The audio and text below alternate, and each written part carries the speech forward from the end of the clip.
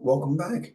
All right, so again, my first time through this iteration of it, but it's not that my first time through the material itself. It's just that it's a combination. So again, everything now is completely aligned with the official content outline. For those studying, you should be able to go right back. These are being recorded. You should easily be able to go back and find out. I need more on this domain. So now, overall, I do want to describe so we can get a feeling of where we're really trying to get through as we look at what might seem like individual bulleted items. It's hard to tie together. The Overall, again, as we're like a mission, we're going somewhere. Now, those old shippers, those privateers, those private shipping companies weren't known for their ethics, were they? That's why we turn pirates and we think of all types of things. We don't want to be like that, right? We're here to protect, number one, the common good. That's the primary code of ethics. It's what made me want to be a CISSP. I was teaching Cisco classes. I had a student in 2000 say, dude, because I was already teaching like a security version of it. Tom and I were doing a CCNP course when a guy said, you should be doing CISSP. He was an agency guy, and I looked up and I saw the code of ethics. And I was like, this is like Jedi Knight stuff. I could get behind this. So that's what we're here for. And that's what drives everything. We say when you're aiming for something, if your aim is off by an inch, you could miss the target by miles, right? So the ethical aim is most important. We're here to protect everyone. We live in a world of abundance. It's not scarcity. There's enough water to go around for everyone. That's our goal. So someone asked, the how do you memorize NIST versus ISO? NIST documents are free. You can download them and read them through. ISO documents cost you money. AI can really do it. You can use your LLMs. Go, well, tell me the major takeaways for 27001, and it'll tell you anyway. Am I aligned with 27001 when I say that this is right? I have a test question. How does this compare to 27001 or something like that? So you can get around a lot of that stuff because your AIs have already read it. Our development life cycles, it doesn't matter again. So many people will get beat up on a development life cycle, and they'll come to my class and say, I had a question on development life cycle, and I'll describe, yeah, but what's their development life cycle? Because I noticed there's a lot of different ones. They all have something in common. What is it you want? Somebody's got to figure out a way to, how they're going to do that. You as a customer at a restaurant know what you want. The waiter writes down how to do that. The cook, the subject matter expert, the developer builds according to that design. They bring it out and you test it, and then you got to maintain it. Whether it's a meal, you got to clean up the kitchen. But all these development life cycles have that in common, and you need to always see it that way, because when you take the exam, they're going to put you in scenarios where you're one step, and you need to recognize, hey, if we're already did the analysis, I know the next step is design. Which one of these looks like they're designing? So you want to feel those. Governance, risk, and compliance. Again, govern means to steer. Risk is to steer out of the way of the dangers. Maybe you know how to drive a car really well, and you're pretty good at handling the dangers. Did you notice it was a red light? We share the road. And when you share something, there are rules. I'm in the middle of using it now. Can you wait? So compliance is to make sure that you're sharing properly, and we spelled out rules ahead of time. Now you always park on the left or whatever, So it helps ease our ability to share with least amount of friction. The roles and responsibilities are our role. The CISSP is mostly a security expert that, like a waiter, will give customers. Our customers are all managers. They're all the head of some process area. They own the data in that area. So if it's the head of HR, they're the data owner for HR data. Now, we're going to see sometimes you can't own like PII, but they'll be stewards and controllers of that data, and we're the advisors. Well, I think you should do this. I would do that if I were. Just like a waiter can advise you on what's on the menu, but they don't decide what food do you order. We have to respect those process owners, those data owners, and do what they want, right? And we're going to understand various other responsibilities of our different roles, the developers and stuff, the testers, the operations staff. Security fundamentals, we want to understand that there's basically three ways we deal with a risk. Don't do it. You know how the best way of dealing with the risk of smoking crack? Don't smoke crack. You could prevent that, right? You could avoid it. But I don't prevent driving a car because it brings me too many other opportunities. So I accept the risk of overall, but I try to reduce it first. I reduce the risk myself first. Always try to do it yourself first if you can. Don't ask other people to do your work. Hey, would you get that for me? Well, why can't you get that? So try to do it yourself. And I reduce the risk by planning my route, through planning, heads up due diligence, by wearing my seatbelt, by having anti-lock brakes and stuff through various technologies, and through training. I learn how to drive, right? But I might decide on a given mission, I'm going to call an Uber. Even though I could drive, I really don't want to do that today. So you transfer the risk to somebody else. When I transfer the risk to somebody else, I have to accept that they might make a mistake or maliciously do something wrong. You know, they're out for my money. When you buy insurance or hire a driver, they're not trying to necessarily meet your needs. They're trying to make money. That's how they make money. So I have to provide oversight. I don't have to drive the car. It's a half-hour drive. If after 2 hours I look up from Facebook and go, hey, where were we? Shame on me. As the governance, I still need to provide oversight. I should not micromanage the guy. No, no, don't do that. Don't do that. But I should be looking up every couple minutes and going, hey, why did we take this route? Where are we at? That's oversight.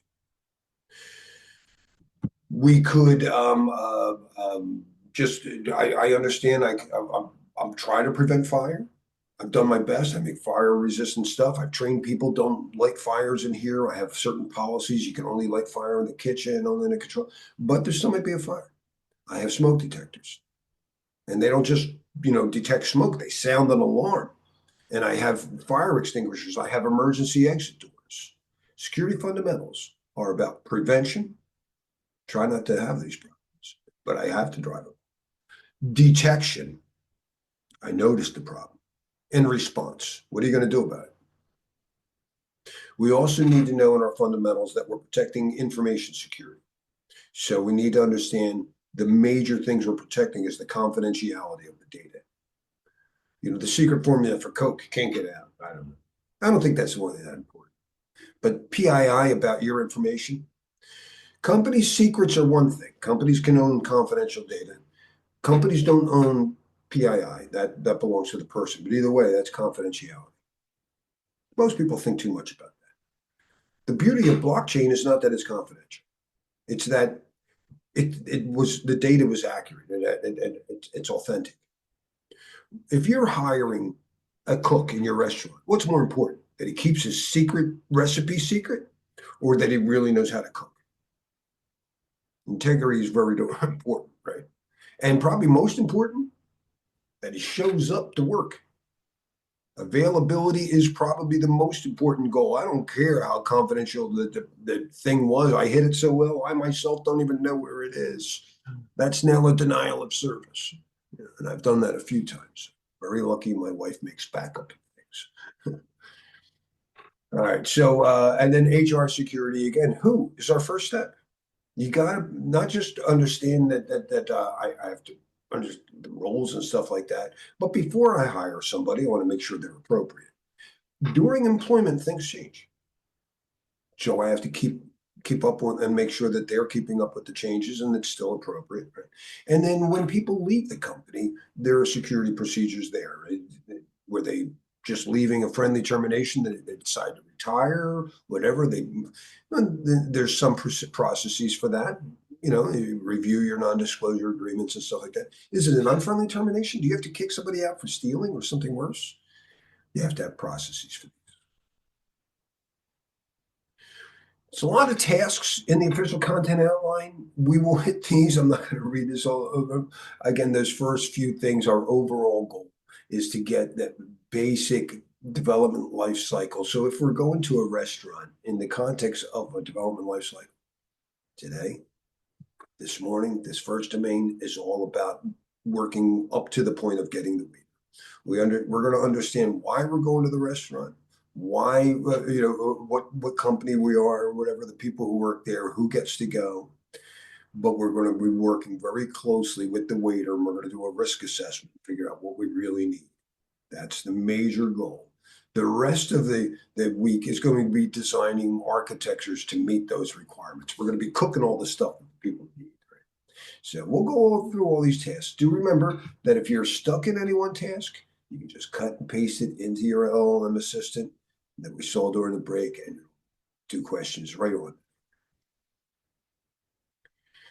Our first is to understand our ethics. Again, the ISC2 has a code of ethics that I very, very much believe in. You're going to do that, number one. Your own organization probably has a code of ethics. You should do that too. As a band member, I try to, do the thing for the common good, but my band has a little code of ethics that we keep certain things among the guys. I don't know. I just made that up. I don't even know if that's true. I guess we do. The ISC2 Code of Ethics. Do know that these are resolved in order. So if there's ever a conflict, but that conflicts with this, your primary goal is to protect society, common good. Of course, we want to be honorable. I don't want to break any laws. Well, a law like conservation of matter, don't worry, Larry's not going to break that. But what about laws like men can vote and women can't?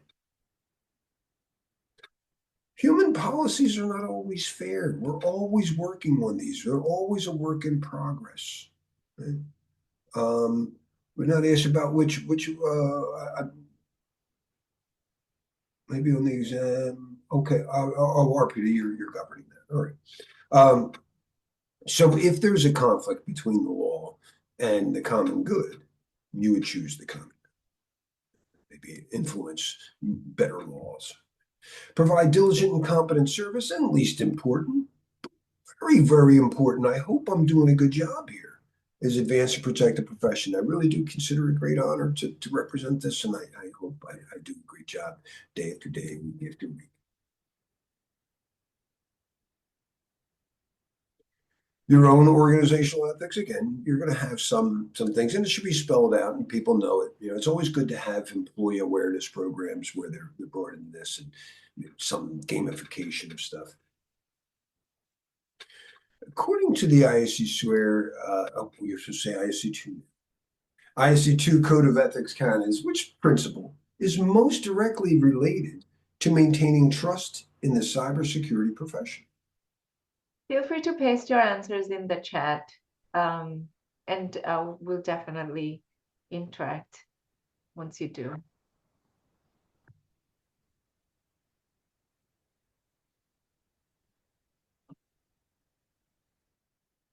See a couple of them. Yeah, that's my favorite one. Yeah. And the biggest risk, I think we have some sophisticated people with AI. That's one is control, but forget it. We can't control them. I can't control Dolly well enough to realize, no, he shouldn't have 6 fingers. But the other one is bias. And as an ISC2 person, we do no, we protect the common good. We're not going to be biased. So we're a great countermeasure. CISSPs have been well versed for 30 years on how to handle what we're going through right now with AI. A security professional discovers that their employer is intentionally concealing a data breach that compromises customer financial data. What action would best align with the ISC2 Code of Ethics?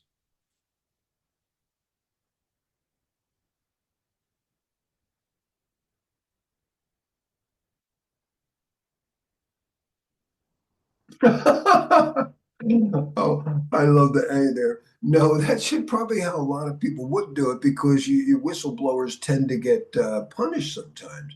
But I think I figured you meant that. Yes, notify the appropriate stakeholders. Sure.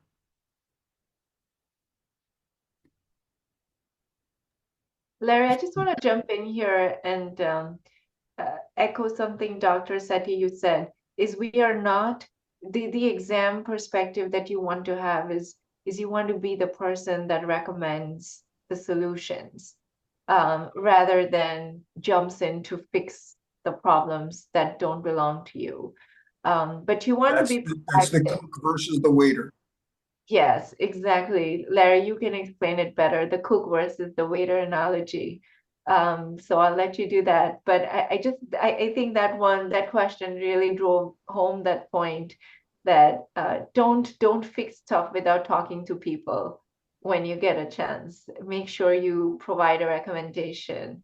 And also, don't go to senior management with problems, go with recommendations, because that's what you would do in real life. You wouldn't tell your boss's boss that we have a problem without explaining what you think the right answer should be.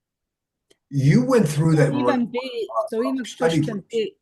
question B is not even good because I would never go to the state. You're supposed to document it.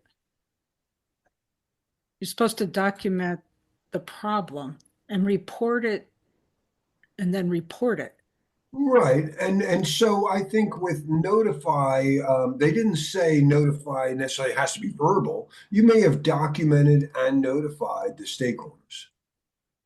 So I don't think B, just because it didn't have the phrase document deliberately or intentionally means don't document. This part, document the concerns, that's good, but quietly seek new employment is what makes A wrong. This No, part's fine. I know.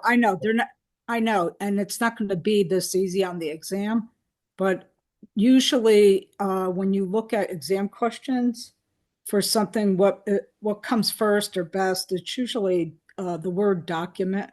That's You're all I'm still, saying. especially in incident management. Whenever Yes, an incident, yes. that's such a great takeaway. The first step is document because you're not going to remember. Just like when you hit the cliff, put it on the map now. Write it down on the log now, not at the end of the trip. Oh yeah, there was an extra toll. I forgot about that. Document it now. I agree. I absolutely agree. Let's move on.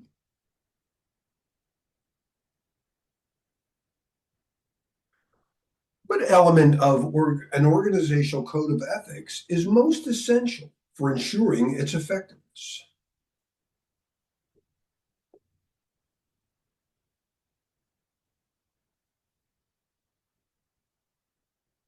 Hopefully, I touched on it. I liked the D employee compensation guide. Should I get paid for? But no, A. People will not follow rules if they think you're not going to enforce them. Yeah, but nobody cares about that. But if they see that you actually spelled out, you're not allowed to do that. And if you do that, you're going to get a warning the first time. The second time, you will be let go. And then you see somebody let go, people will stop doing that. What happened to Paul? He's going. And when they let him go, they don't usually have cake in the conference room. It's different when he leaves. Right? If it's a friendly termination, you might have cake in the conference room. But if it's an unfriendly termination, no cake. Yeah. I'm sorry, it's Canadian. Anyway, yeah. So Larry, when you're doing these questions, right? When you presented the just one line statement, usually there's a scenario, right? That would probably be before it and then give you that one liner. Is that how the exam is now? They're a mix of knowledge base and scenario based. So if you examine my prompt, I actually do that and make sure that 50% are scenario based and 50% will be knowledge based. So that's and that's my feeling there. There's a lot of scenarios, and usually in the scenarios, you better know process steps. So um, but it depends on the question. Sometimes it was just what is the purpose of this technology. So sometimes they're strictly knowledge. Did that answer your question? Yes, it did. Thank you. Thank you for asking. All right, now our controls. When you're or actually our concepts. So when you're protecting information and you're dealing with compliance requirements, you're looking at other standards, they're all going to point to the CIA trial. It's just been accepted for years. So we kind of hit the CIA. I got to make sure, the things that are either private or secret. I think the trend today, it's pretty safe to say, more and more people want to see open source software. I want to see what's in the ingredients. I don't want to have secret formulas for Coke. I might be allergic to that secret ingredient that grandma likes so much. So for transparency, we're seeing less and less secrets, but the respect for privacy is also going up, though.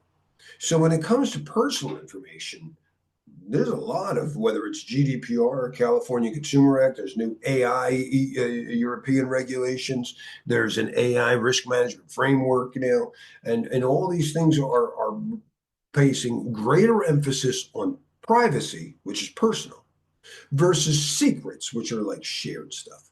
Privacy always belonged, there's no data owner only than the subject who it's about. Companies can own secrets. But we'll see more. Now, integrity to most of these things would include authenticity and non-repudiation. If you're doing like a SOC report, reviewing a SOC 2 report or whatever, integrity is going to cover authenticity and non-repudiation. But I like to say that cryptographers at the ISC2 and around the world go, well, I can get integrity with a hashing out, but it doesn't give me any authenticity unless I key it.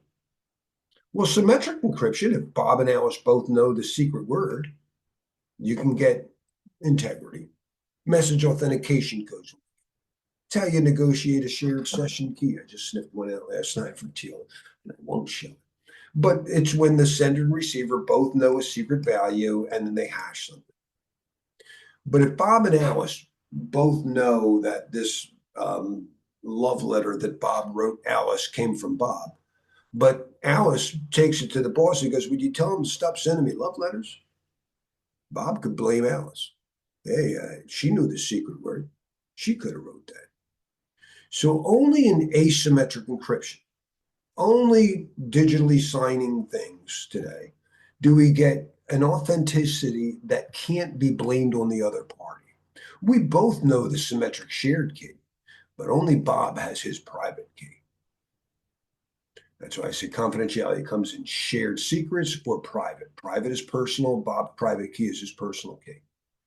So you would say that integrity is, from a cryptographic perspective, can also be broken down into authenticity and non-repudiation. So hashing gives us integrity.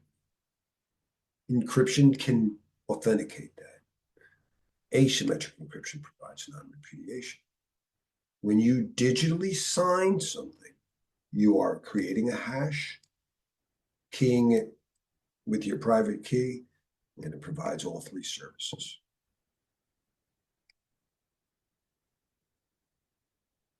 The certified in cybersecurity added privacy to that. So now there's 5 pillars if you go for that exam. Yeah. So confidentiality, sometimes when you're reading NIST documents, it's sensitivity. Be very, very careful of that word, because that could be the difference between understanding why A is right versus B. Criticality means availability. It's critical. I need it now, not tomorrow. I need this up within an hour. I got a maximum tolerable downtime of 1 hour. Those are criticality metrics. Sensitivity is, everybody knows this. He's having a problem with his pancreas, or whatever. So sensitivity is the term used in this to describe either privacy and criticality is availability.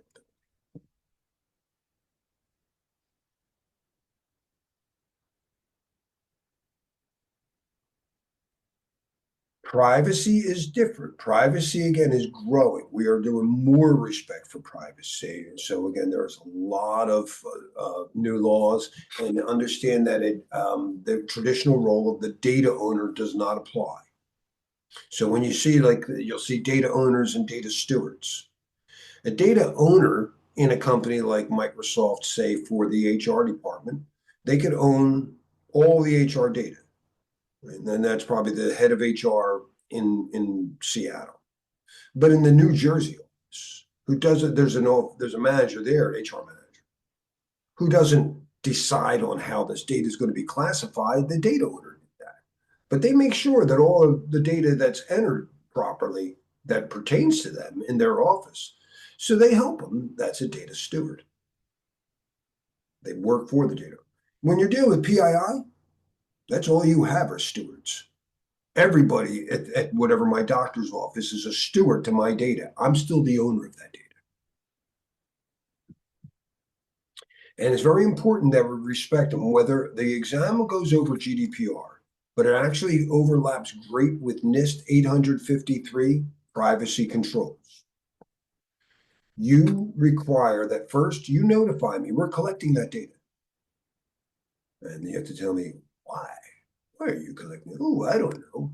No, that's a bad answer. We do privacy by design. So you better have a specific purpose of why you need my social security number. I want to be told, well, I don't feel like giving you that. No.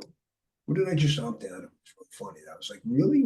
Somebody wanted me to be a speaker at their event or something. I got this thing of a speaker, but I had to I had to fill out this form of all this data. I'm like, no, I'm not giving you that data. If you want to be a speaker, you call me on the phone. Allow for reviews. Imagine my doctor kept my blood type and somebody fat fingered it. And so instead of a B, they had an O and I could die. So we have the right to review my PII. And then if I don't use that doctor anymore, to be honest with you, I only chose you because you were in the zip code that I used to live in. No offense. I need you to remove all that data. These are very important requirements, very, very tested. I like to say things like, this could be important in your near future. And again, they'll do it in the context. My exam, I had a number of questions on GDPR specifically, but it doesn't matter. They overlap very well with the way NIST works in privacy controls. Right, so the subject, only a person can own their data. When I give it to my doctor, it's under their control. You know what I didn't ask my doctor? Hey, who does your computers? You got them in-house or do you use them like AWS? That's not my concern. So if they did decide, yeah, no, actually, we don't have our own servers. We maintain everything at whatever Microsoft or Azure, or whatever, and they're processing the data. That's not what I made a contract with. I made a contract with you. So if whatever, maybe they were using Dropbox, and Dropbox loses my data, they get hacked. And I go to my doctor, hey, how come my information's out there? Well, you were supposed to be under your control there. And he goes, yeah, but it wasn't our fault. It was I didn't ask you to make a contract with them. As far as I'm concerned, you lost control of my data and I'm suing you. Please know that controllers are the ones that are responsible for maintaining controls. That's why they're called controllers. Now, you might argue, yeah, but in the context of their relationship, Dropbox was their controller. Then let them sue them. But I, as a subject, always go after the controller. Very, very important in your near future.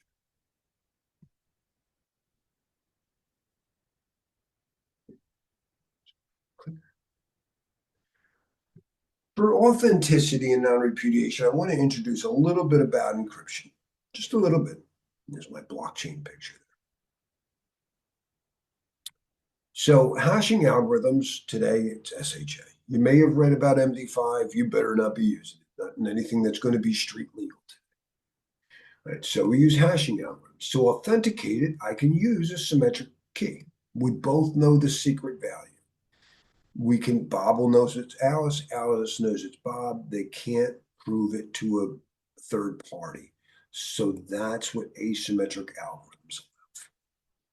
They provide non-repudiation.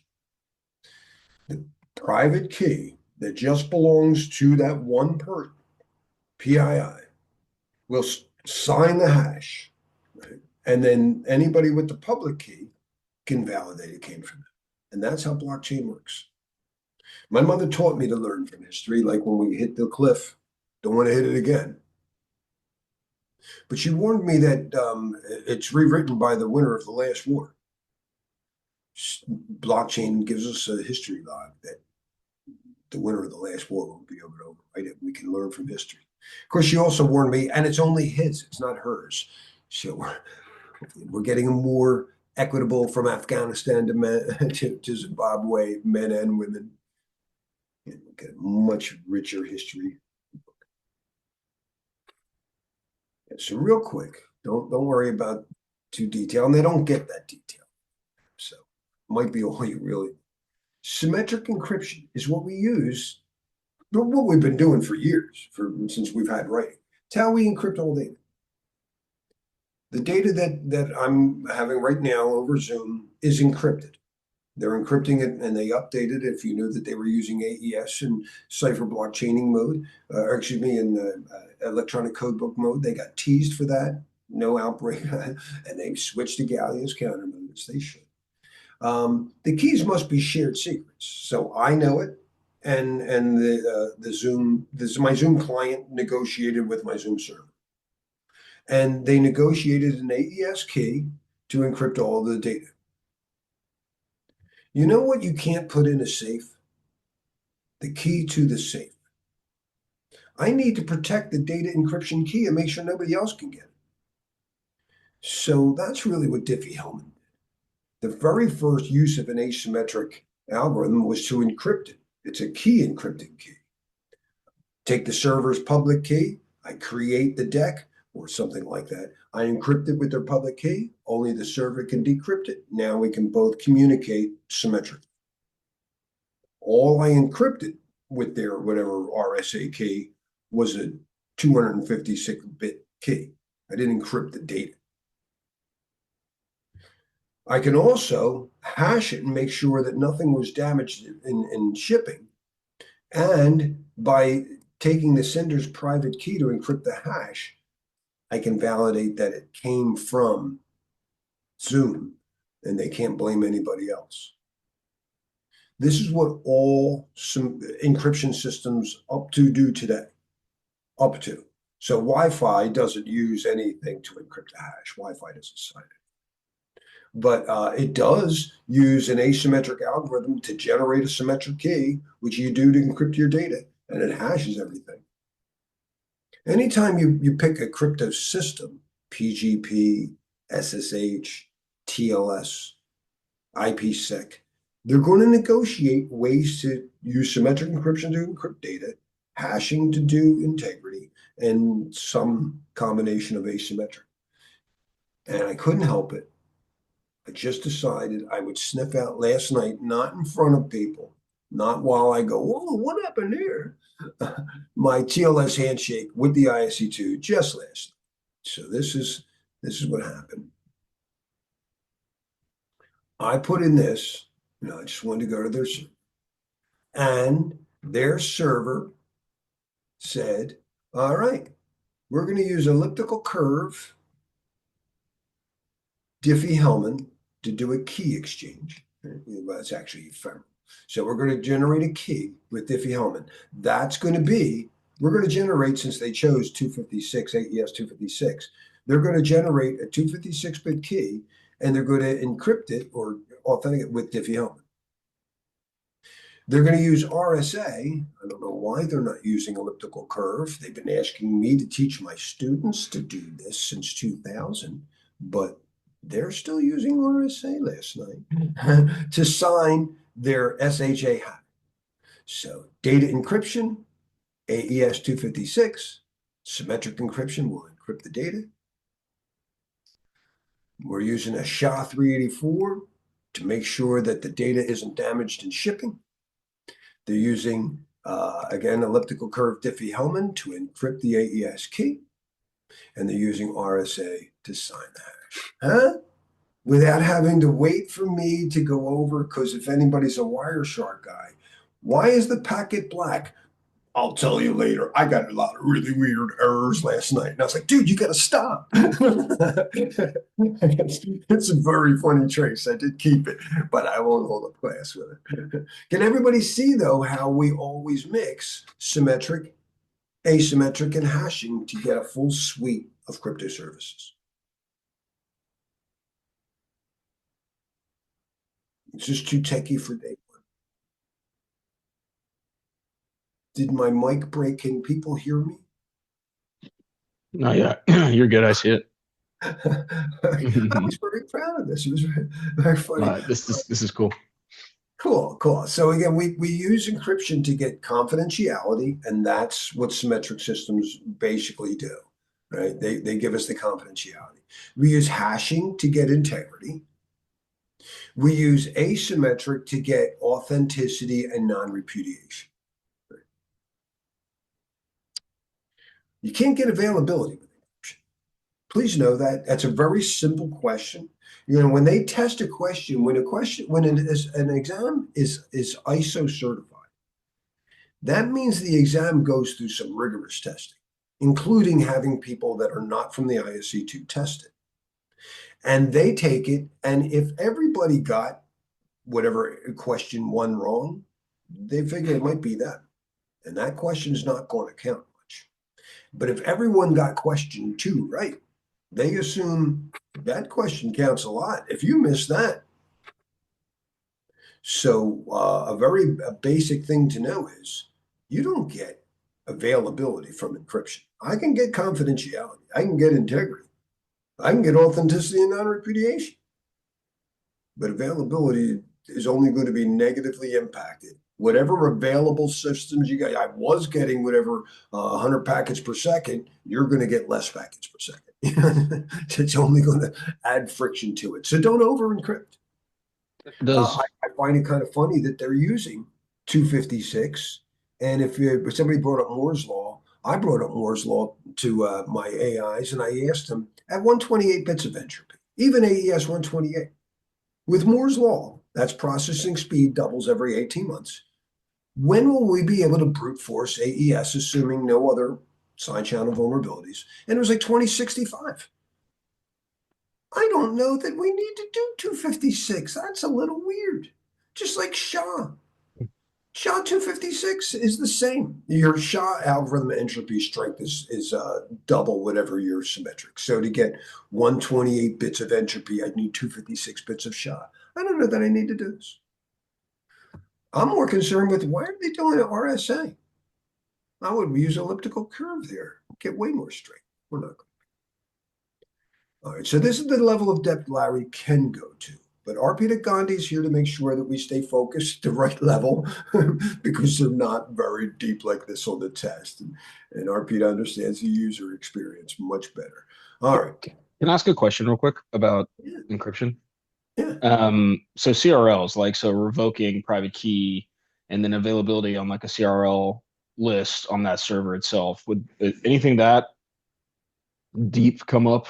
Because I know that's technical, right? Yeah, I'm yeah, thinking yeah. So real quickly, I love picking on certificate revocation. All right, so the two ways we're supposed to do certificate revocation. The first way is, I don't know who came up with this idea. Nobody thought this out. right. Was to, you get a certificate. It's like getting someone's driver's license or passport. And on your passport or driver's license, like a driver's license ID, you have a serial number. And they wanted you as a cop on the side of the road, go call the DMV. Hey, could you give me a list of all the revoked certificates that you got right now? Yeah, I'm going to read this on the side of the road at 2 o'clock. That was so dumb. Downloading CRLs was a terrible idea. By 2006, Microsoft found that it was so slow, they just turned off checking CRLs. You had to turn it back on. So what we came up with is what cops do. They just ask, hey, I got this number. Is it good or bad? Has it been revoked? Yes or no? And that's all of that. So that's OCSP. Problem is, if there's a denial of service and the cop calls the DMV and it doesn't answer, all applications I've ever looked at are built to fail soft. Hey, he's not answering. You look honest, go ahead. Certificate revocation is not. Actually, we'll see this week that I am not a big supporter of the current system. It worked well enough for up to them, but we need to fix it with a decentralized PKI ASAP. And it's already kind of happening. Did that answer your question? It did. Cool. Can I ask one question, Larry? Yeah. So as we are on the cryptography right now, so I'm trying to make a kind of like a mind map, right? Between CIA is the basis, right? Like risk management framework, then CIA, right? So we are Yeah, talking that's about what every law you're ever going to come. That's what every standard's going to refer to. The right. IC2 added in the authenticity and non-repudiation. So one thing I'm trying to just not just memorize, but to understand the concept here. So basically, what you're saying is, when we start with the basis CIA, so confidentiality would be the symmetric, asymmetric, they both come under confidentiality, right? And Yeah, then but what confidentiality, what is symmetric makes your data safe, right? They make sure that it's like a key to the safe. So that all the asymmetric confidentiality is to make sure that the key is safe. It's like a special safe to make sure only Bob gets the key to the safe. So the AES key is the key to the safe, but I'm not letting anybody get the key to the safe. I only so I can encrypt the key to the safe with Bob's public and make sure only Bob has access to the key. Does that make sense? got Yeah, it. but Larry, when you're doing TLS, you're using both symmetric and asymmetric because one's in transport, and then once it hits to the endpoint, then it becomes symmetric, right? Because you want it to be faster and available. Anything that you want fast. that The only things you encrypt asymmetrically, you encrypt keys and you encrypt hashes. And no key is even bigger than 256 bits on the internet. No hash is bigger than 512. So you're not even encrypting a K asymmetrically.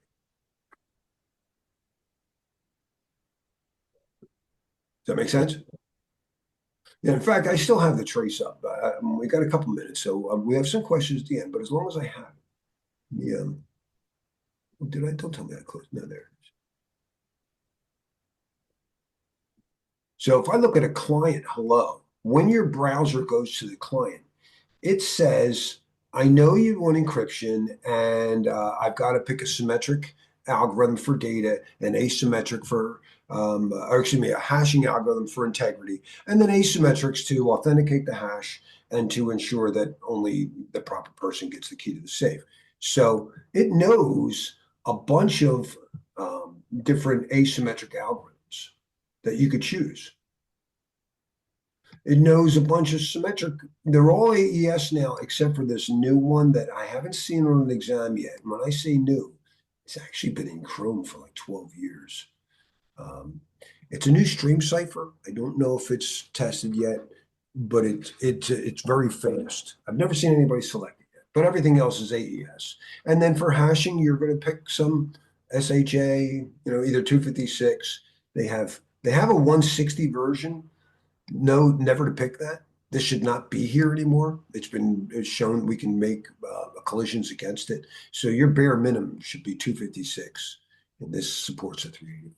But you always pick a symmetric to encrypt the data, to make the data confidential. If you're encrypting your hard drive, you're going to encrypt your hard drive with like AES. You're going to check the integrity of it with SHA. Now, to make sure that you're the only person that can get the AES key to look at your hard drive, you'll have a private public key pair created. Your public key will encrypt the AES key. Your private key is sitting in, I have one on my FIDO key. I have some on my phone, but it could be just with a passphrase. I just put in my passphrase, unlocks my private key. My private key can get back the AES key, the data encryption key. Does that make sense? Yeah. One quick question I just remembered. For international, are you allowed to use AE It 256? is still on the exam to watch out for export rules. So no, you have your mind's in the right place for the exam. I don't know where they don't support this. What am I supposed to think that if Kim Jong-il wants AES, he's going to have to go to the website himself and click download? That is so silly. But you're on the right track. So her question was, we have a oh, I forget what about Arpita. Can you help me? Because we had this question recently, and you knew the regulation. There's a Oh, regulation on the the extra. Wassenaar What is it? agreement, the Wassenaar agreement. Yes, the Wassenaar Agreement. It's on the exam. That's the one. That's the one. Thank you, Maria. No, you're absolutely right. And you may have just helped a lot of people pass the exam, even though it's silly.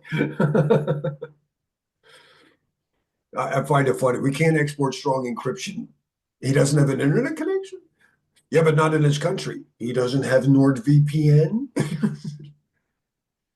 You ever talk to somebody in China and like ask them to go to YouTube and they're like, "Oh, I can't get that here. Hold on, let me load my VPN." Okay, there it is.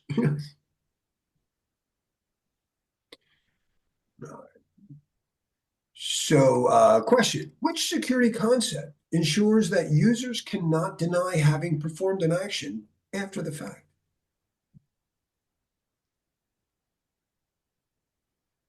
Non-repudiation. You can't repudiate. To deny, repudiate is to deny. And typically that is going to be something that's digitally signed. We want to do that a lot on this exam. You want your log files, if you're going to bring them in as part of a court case where these logs digitally signed, how do I know they were tampered with? Of course, device drivers, everything digitally signed. A healthcare provider needs to ensure that patient records are both private and protected from unauthorized changes. Which combination of security concepts is most important?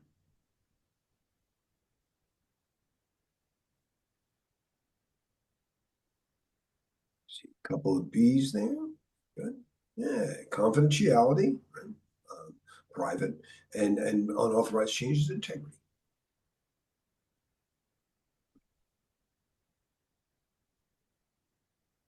G-Day.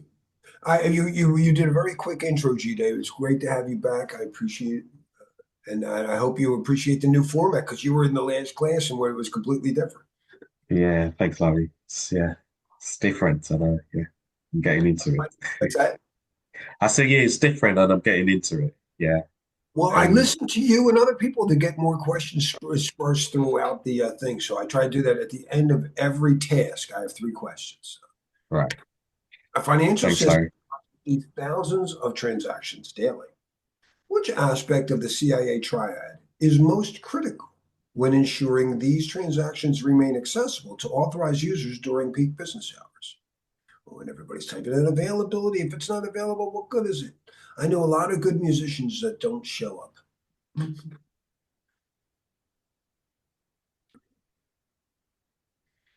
that's the criticality. Criticality is availability. When we do business continuity, all the requirements in the analysis, the hardest part of any development life cycle, and be in the BIA, the business impact, we're going to do all criticality metrics. How long can I afford to be down? How long should it take me to build it? How old can the data be? What's the bare minimum of service I need? It's all criticality stuff. All right, evaluate, apply, and sustain governance principles. Now, again, governance is to steer. When we come in, we might have like experience in security, but we have to understand that who are we securing? Who am I working for? Because a healthcare a company is going to have a different set of requirements than a bank versus a military place. So we always have to understand the mission of the organization, the strategic mission of this business or whatever, and then we want to have a security strategy that supports their goals. It's very subjective. We have to understand that change always brings in, unpredictability and risks. So whenever there's a change, and whether it's in technology, staff, or the entire business, we're going to acquire this company, we're going to divest this company. We have to understand. My wife goes through a few of these, by the way. She just went through Oh, I should save my story. But for those who don't know, my wife and I met in IBM in the 90s, and she likes to tell people, I know how to actually do things. Larry's good at talking. She's very brilliant. She heads the incident response team for a large pharmaceutical. She's a great project manager, and there were like 5 acquisitions and divestitures that she went through last year. And one of them wasn't hers; was poorly managed, and she had to. I don't know. She was showing off in her conversation with me. They didn't do their due diligence. Anyway, the organizational roles, again, we have to understand the different process areas that we'll be working with. And in an organization, whether we take a private company, we have like the CEO is like the captain of the ship, that he represents, this board of directors. So the captain just, it doesn't necessarily do what he wants. He has to understand where the mission from the board of directors, and they set up this is where we're going to go, and this is how much we expect we can invest in it. But then he has 2 key roles at least: how much time, how much money is it going to take to achieve it. So we at least have chief operations officer want to make sure we're on schedule, the chief financial officer make sure we're on budget, and sometimes they conflict. I'm looking for the best route to get there, and they hold with different routes, and that's because the chief financial officer picked the cheaper route. It's going to take 15 minutes longer, but it saved me $10 in tolls. The operator, no, time is money. We got to get there. There's no right answer when you're trying to figure out the future. You pick one, you accredit a solution, and you monitor it and see if we have to change it. Those are called senior management to us. Watch out for those people. As Arpita, you said it great. We barely deal with them. And if we do have to deal with them, we don't come to them with problems. We come to them with solutions because that's our job. Hey, we got a security issue. What do you think we should do? I don't know. You're the security guy. Why did we hire you? You have well, here's how, if we could prevent, we would do this, but we still got to detect and respond because you can't prevent all risks. No matter what we've done with fire, we prevent them as best we can. Now, I have smoke detectors and sprinklers just in case. I hope I never need them, but we're never completely safe. There are a number of frameworks that they're mentioning. We are going to be mostly focused on ISO as the people that bring us standards, and they also have guidelines with standards. Standards tell you have to do this and you get certified. 27001 is a certification. 27002 and all the other 27 documents are just guidelines. They'll help you develop your standards. They all cost money. A lot of them came from NIST. NIST is free. NIST develops mostly guidelines, even though it stands for National Institute of Standards and Technologies. They are mostly guidelines. They're free. I love them. They do use certain terminologies that might differentiate. This is like the Queen's English over here. And over here is the American books. And your test is going to come in both. And we need to, just again, it's like different menus. The Denny's, they call it the Grand Slam breakfast whenever I wanted 3 eggs and a meat over. But at this diner up the street, they call it the Northwestern. We'll still get the same food. We'll get the same controls. That just might be, we call it accreditation. We call it authorization. Whatever. Not really any COVID on the exam. This is a control objectives for IT governance. The ISACA, which they don't even use it in their exams, the CISM or CISSP, or excuse me, the CRISC I've seen. But it's very nice. They're kind of like, ISO 27001 has a suite of all these are controls, and they come in 14 different drawers. There's 14 pages on the menu. NIST puts the same items on 20 pages in 853. COVID puts everything in 6 pages. Whatever, it's the same basic. SABSA is just another approach of how to look at things, the Sherwood Applied Business System Architecture, and you look at things from the different perspectives, from the CEO's perspective, from the user's perspective, from the developer's perspective, from the operations staff, and things like that. You don't get who what. PCI, that's a weird place to put this. This is payment card industry stuff. You will get some questions on payment card. It's kind of like, you know, GDPR or whatever, but it's not a law that you'll end up in jail. It's a law that you won't be able to process credit cards. But it's very important. And FedRAMP is really a accreditation process for cloud providers for U.S. federal government. I don't know why that's even here. I did get FedRAMP questions like cloud. All right, as we're about to break up for lunch, I do want to bring up one of my favorite concepts. And it may help you get 50% of the questions right. I've had so many students of mine tell me that if I just remind my students to think before you act, you'll probably do really, really well. So many times the question has something is going on. You got a report of this incident. People are complaining that. Assess the situation. 3 of the answers have you do stuff. That's not what it. Hold on, you got to confirm the report. Just because the smoke detector went off doesn't mean there really is a fire. You're gonna look like an idiot out there with a hose because of popcorn burnt or whatever, a false alarm. So due diligence is to think before. But sometimes the test question says like, we need to know that this is really working. Give me all the lip service you want. I talked to the guy. He said should be there. Yeah, it should be. You need actions. Actions speak louder than words. Do care is action. So just about to break, but I want you to, if you're familiar with the plan, do, check, act model. Planning, thinking, due diligence. Do, that's action. Do care. Hey, check. Check and see how you're doing. That's thinking. Due diligence. Act on what you just noticed. That's do care again. So plan, do, check, act, due diligence, do care, due diligence, do care, and just keep going. All right, let me pause the recording.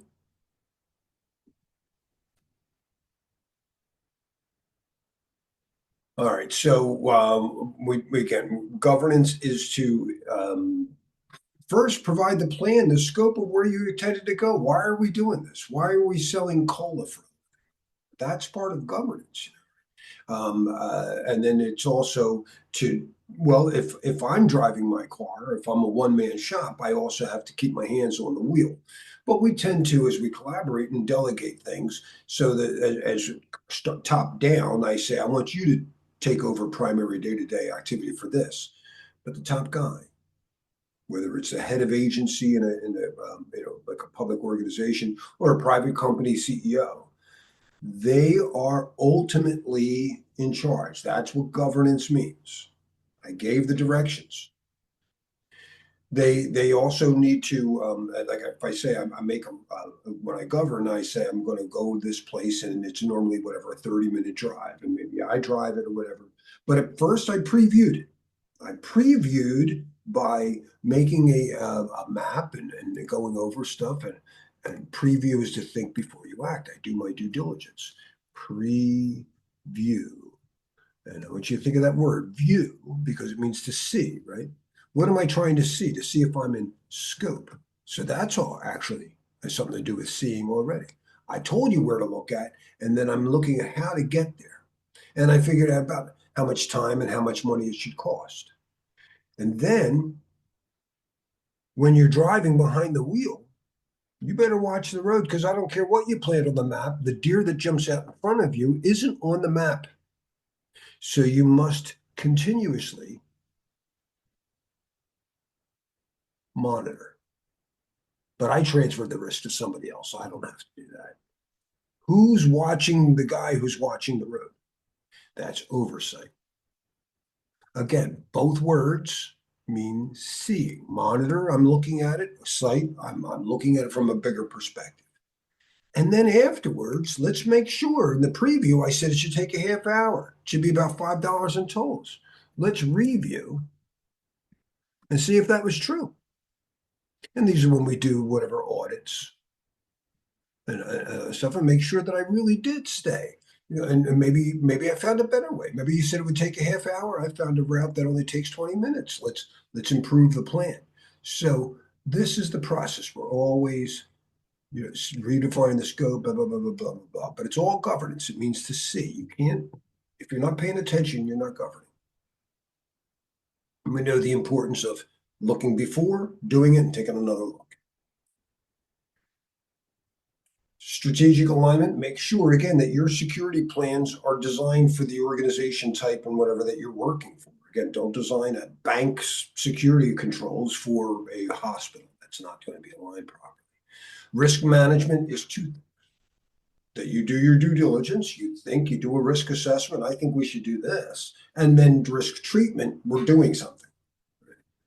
And then we're always monitoring, looking for improvements. Plan, do, check, act. Performance metrics. What am I checking? How will I know when I get there? We're going to talk a lot about metrics that matter, because let's say I asked the captain, all right, I need you to keep records of the important things on the trip, and then come back to me and let me know. This is the captain's log. Right? He's going to log things. And he says, well, on day 2, we noticed 2 dolphins doing tricks. Yeah, how much time and money did you spend for the whole trip? Oh, I didn't keep records of those. When you measure things, be cognizant of the fact that we tend to measure whatever we like. I measure subjectively the price of guitars. The price of that Gibson SG has not gone up as much as I had hoped when I invested. I still love it. I'm going to do something about that. But I don't know. You measure those, that's very subjective. You know what everybody measures? Time and money. So when you start with metrics, always start there. And then measure how much time and money did you actually not read this? Did you waste? Did you scrap? Like, did you take a wrong road? Did you get lost? Did you pay for a toll and realize there was a free road? We may waste things. I know I'm not perfect. I find grains of rice, coffee bean fell, whatever. So we have to monitor how much time and money we spent. And then also, how much could we actually have saved? And that's how we get process improved. But we'll define other metrics. I might have a KPI, a key performance indicator for my data center, because temperature is very important. I need to measure the temperature. So we've decided to use a thermometer that will provide key performance indicators of the HVAC and let me know how well it's performing. On that temperature gauge, I've outlined normal and then abnormal conditions. I've got a green area, and then I've got, it's getting a little warm, it's a little orange, and then I have a really hot area, danger red.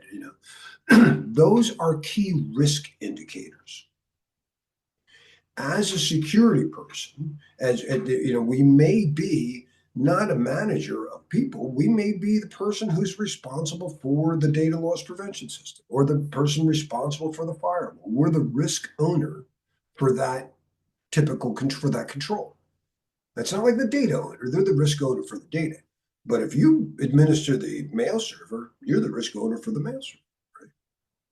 So we'll have key risk indicators for those. Maybe you patch a server, your server's under your thing, you're a SQL guy, and you have a key risk indicator that says, a KPI that says, watch the patch application from the time it was released. When was it tested? When was it actually applied? And your KRIs would be like, after 30 days, we've got a problem. And then you monitor, how often did we go over 30 days? Right? So those are key risk indicators that relate to our key performance indicators. You guys are being very quiet. I have a question.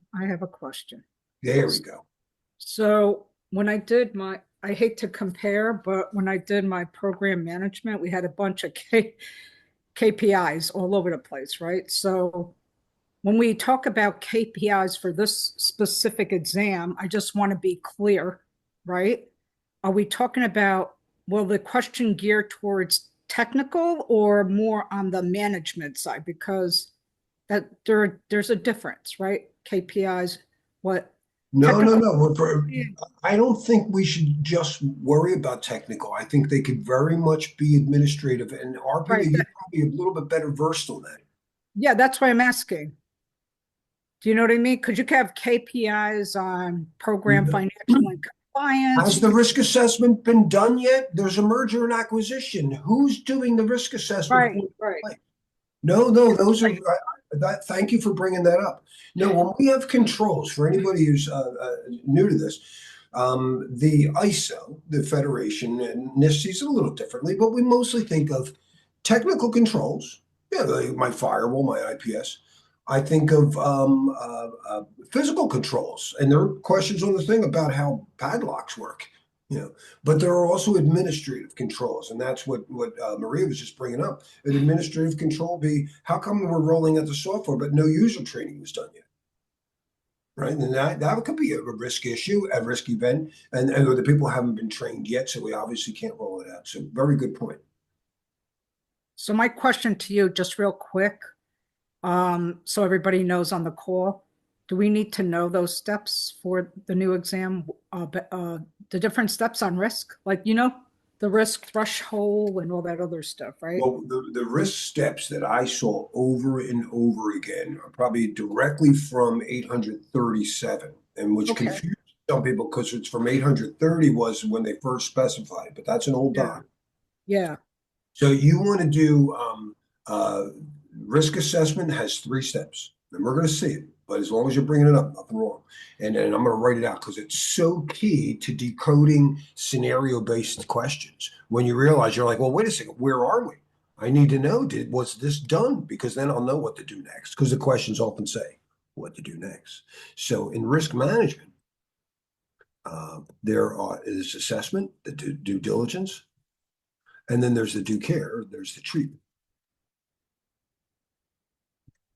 In risk assessment, it is common knowledge that there are 3 steps. 1, you identify. 2, you will analyze.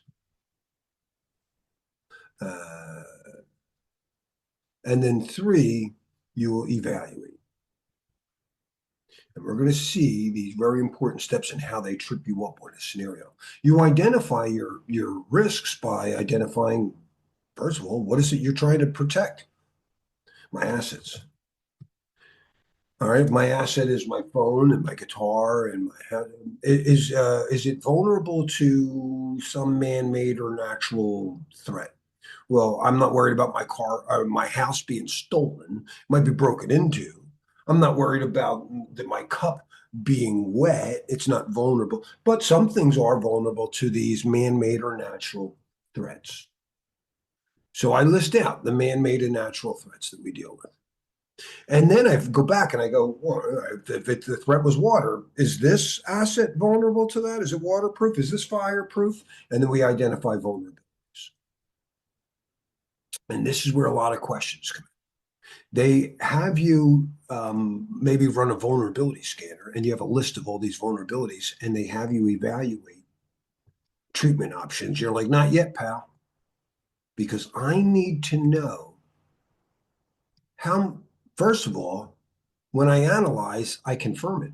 Just because your thing said I had a vulnerability, I've seen false positives. And all right, so it could get damaged. What does that mean? If I get scratches on the bottom of my car, how will that affect my driving? Impact. And if it doesn't impact me much, what do I care? But if it is a high impact, I mean, Larry, I'm telling you, if the moon crashes into the earth, it's bad. How likely is that to happen? So always do that. There's a number of questions, and they've been doing it for years. It's one of their default test making things. They have you in a scenario, realize there's a vulnerability, and you're trying to evaluate ways to, and what you're doing is you're looking at it. When you evaluate, you're doing a cost-benefit analysis of the cost of the control versus the risk it actually reduces. You'll save yourself $5 if you spend $1 million. It's okay, I'll live with it. Right. So, but don't do that. Don't look at the ways to prevent, detect, or respond and do all that. Make sure you confirm the results. Make sure you did an impact analysis. There's like a dozen questions could show up like that. where they put you in a scenario, something was reported, that an expert said that those things could be breached. Just because he said it could be breached doesn't mean it actually could be. Or yes, and the worst loss would be this, and it's unclassified data anyway, or whatever. And the likelihood is extremely low. So make sure you know all that stuff. Was that the steps you were looking for, Maria? Yeah. Yeah, you explained it nicely. I like that. Thank you. Yep. Oh, awesome. Thank you for bringing it up. I mean, you're explaining a lot of stuff that was very unclear to me from 3 other instructors that did not do that, what you did today. So I appreciate it. Thank you. Arpita, somebody might be bucking for your position. I'm ready to do That's I fantastic. was gonna say you made his day. Well, thank you. Yes, yes. But I I'm hope- glad Because you're aligning what you're aligning the care and due diligence with it. So it's very helpful because questions are going to come up like that, right? Well, as And you're long as we're here and you're complimenting, maybe you'll like the way I finish this out. When you treat it, and I already said it kind of about this. Hey, we're thinking of smoking crack. Don't do that. Avoid. Don't. Well, we're already. Cousin Bobby is smoking. Tell him to stop. Termination. So maybe there's no business case to have Facebook supported, but you already had it in there. And afterwards, you did a risk assessment. We don't need this, so you terminate. But there's a lot of things like on the exam, it's almost always you're thinking of moving something to the cloud. You're thinking of moving it to the cloud. I don't want to avoid it. I want to consider it. So we're going to try to reduce it. We'll reduce a lot of it ourselves. We reduce that through, again, through like when I drive my car through planning. I plan my route. I wear my seatbelt. And I learned to drive. I could get somebody else to drive. I hire an Uber, let you drive, and I transfer. And he says, hey, you want me to carry your bags for you? No, I'll carry them. At a certain point, whether you're getting insurance for a car, they want to keep selling you stuff. You know, we have alien invasion insurance. You go, nah, I'm going to live with it. Oh, it could happen. You're going to accept it. When you accept, first, it better be legal. Now, I'll accept the risk of smoking crack or whatever. I'm driving over 100. Don't do that. When you accept, make sure that you're not breaking any laws. And remember, all you're accepting is you won't prevent. You still must have smoke detectors. Must still detect and respond. I'm accepting it can't prevent all fires. What do you want me to do? It's the nature of being a kitchen where we have these grills. But I'm doing my best, and I do have smoke detectors, and I have ways to handle it, and that's business continuity plans. Which something I don't like about the delivery of this. They actually have us do business continuity in this before I do risk management, so maybe that helps too. All right. So against risk mitigation, we have a whole section coming up. Sorry, Larry, I just wanted to make sure we got to Ross's comment. Do they hide vulnerabilities by the title of who reports it, Ross? Was that a recent question that you asked? Yeah, I just put that in there. So like the most right answer, or maybe they're like trying to get you to the treatment option versus the actual reporting option. Like Dr. Sete was referencing. It's like, hey, the senior VP of cybersecurity risk has reported that there will be a breach within, these assets for this customer. They're putting all these hype adjectives in the question. The answer is report on it and check it, or it's like remediate immediately. We're gonna have loss or It's never something. that. It's Okay, always just curious. But are the questions kind of like that? It's more so my Yeah. question. Yeah, I think they are. In many ways, Okay. they are. Yeah. And you make sure that you don't just, when someone says jump, you don't say how high. or Yeah, you don't so just jump, put it that it's a way. check your ego and emotion at the door kind of thing as you read these questions and just be. Logical. Do what Spock would do. I don't know if you know. Of course, yeah, live long and prosper. The only difference between Spock and the real exam is Spock would take forever. And it's like, insufficient data, Captain. I've never been to this planet. I don't know who Ron Rivest is. It's not A or B. And Kirk would go, Spock, we haven't got time. and it'll just pick C. Why did you pick that, Captain? Because we haven't picked C in a while. And that's not what Spock likes to do, but you need to move on. You need, other than that, be as logical as possible. Watch them. I think Shatner's your favorite captain, right? He's so crazy over the top. Yeah. All right, You know, so we're just constantly in a state of flux. We're always changing. So, and it's never been more dynamic. So we're looking to make it for the better. And always make sure that you involve your users and other stakeholders when you're making changes or anything, and make sure that we're not here. Yeah, always think before you act. And again, I told you my wife goes through a lot of this. I'm not going to beat all this up, but do know and that you correlate and make sure that before you make these, especially before you connect networks, before you do anything like that, that you make sure there's consistency and plans in place to deal with, these cross type of incidents.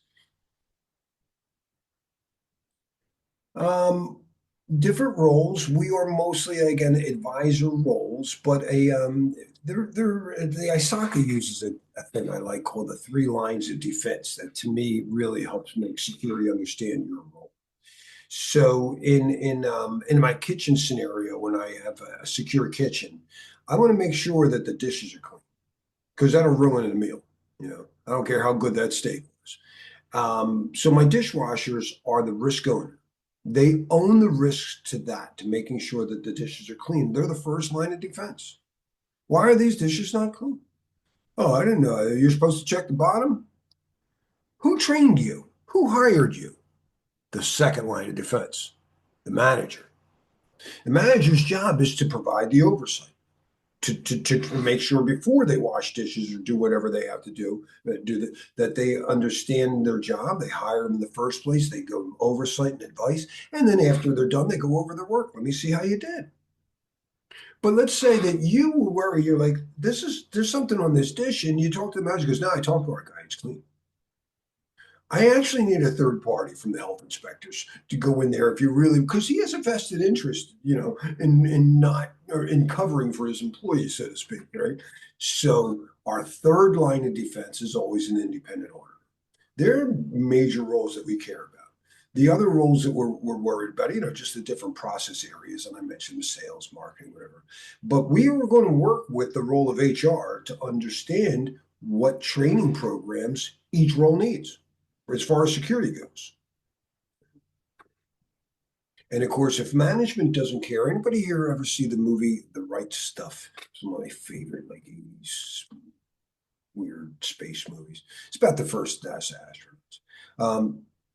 They had a line in there that I love. He said, you know what makes rockets fly? Funding. No bucks. No Buck Rogers.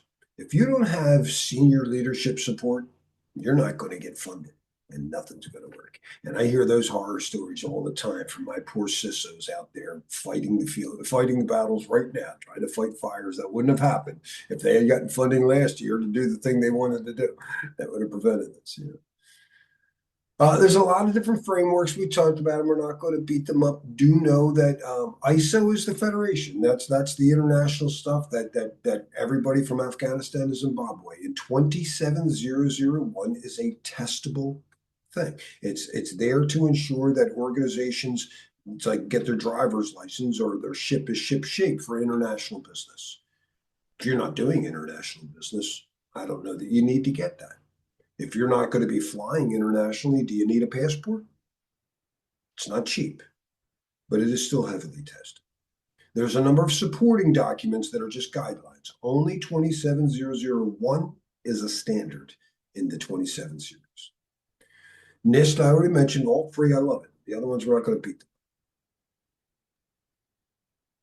It is nice. I have a question, Larry. So in terms of ISO and NIST, because those are the 2 you highlighted earlier, right? Those are the 2 main areas to kind of, have to read through, right? Read up ISOs and like 27,000 cities and 31,000 cities, right? And then we have NIST. So between those 2, based on scenario-based questions, right, in the exam, I'm just trying to gather from you like the key point to remember. The ISO you're saying is the federation, is international based. If you remember that they're international and that they issue standards, because NIST doesn't do standards, even though it says standards, they're actually doing guidelines. Guidelines. Create standards? Anybody know? Who actually creates US standards for like crypto? There's a new one wanting us to migrate to post-quantum computing. Federal Information Processing Standards. So FIPS might show up. I find it wrong because it's supposed to be an international test. These are US based, but it is common that people around the world understand the US created a lot of this stuff, and a lot of ISO documents actually refer you to NIST. So it is really good. And again, this is free and I absolutely love it. So, but there's no standard. You don't get NIST certified. You get ISO certified. Does that help? Okay, that helps. Yeah, thank you. Welcome. Yeah, the NIST that they use for alongside with the ISO 27001 is the controls because it's stronger, has stronger controls. That's what they use together. Does that help? Yes, it does. And since you said it, I'm going to put it down there because I love pointing that out. You beat me to it. So what NIST does, and this is a certificate. So let me just say, this is a certification for organizations. It's not a person get it. And it requires, just like you have to go to and take your exam, it requires an audit, a 27001 audit. Where this has a similar thing. Think of 27001 as a menu, right, for a waiter, and it's got 14 pages of, oh, these are your whatever business continuity controls. These are your communication controls. Good. You know, it's like a menu. And NIST does the same thing, only they have 20 pages. And as Maria just pointed out, it's SP 800-53. So this is, and they even have an appendix that cross-references 27001. So they're very well aware of each other and they're great. This one's free. I highly recommend that you become familiar with at least the titles of the pages and there are 20 different families of controls. And I very much recommend it. Again, the family for PII will answer every GDPR law. Good stuff. And one more thing to add here, I learned like through other training is that these numbers, right, for ISOs, like 27001 is like the lower number is like more like focus on higher things, and as you go more low, like 27002 or 3 or 4, that's getting more in depth. Is that? Yeah, I think they just add numbers like, hey, we should do a thing on 27 that's just about business continuity. Anybody using 31? No, we'll use 27 on 31. What about risk management? We already gave that 5. You know, I don't know that they have them, in order of importance or something. But there's a lot of 27, that's for sure. But they're all guidelines.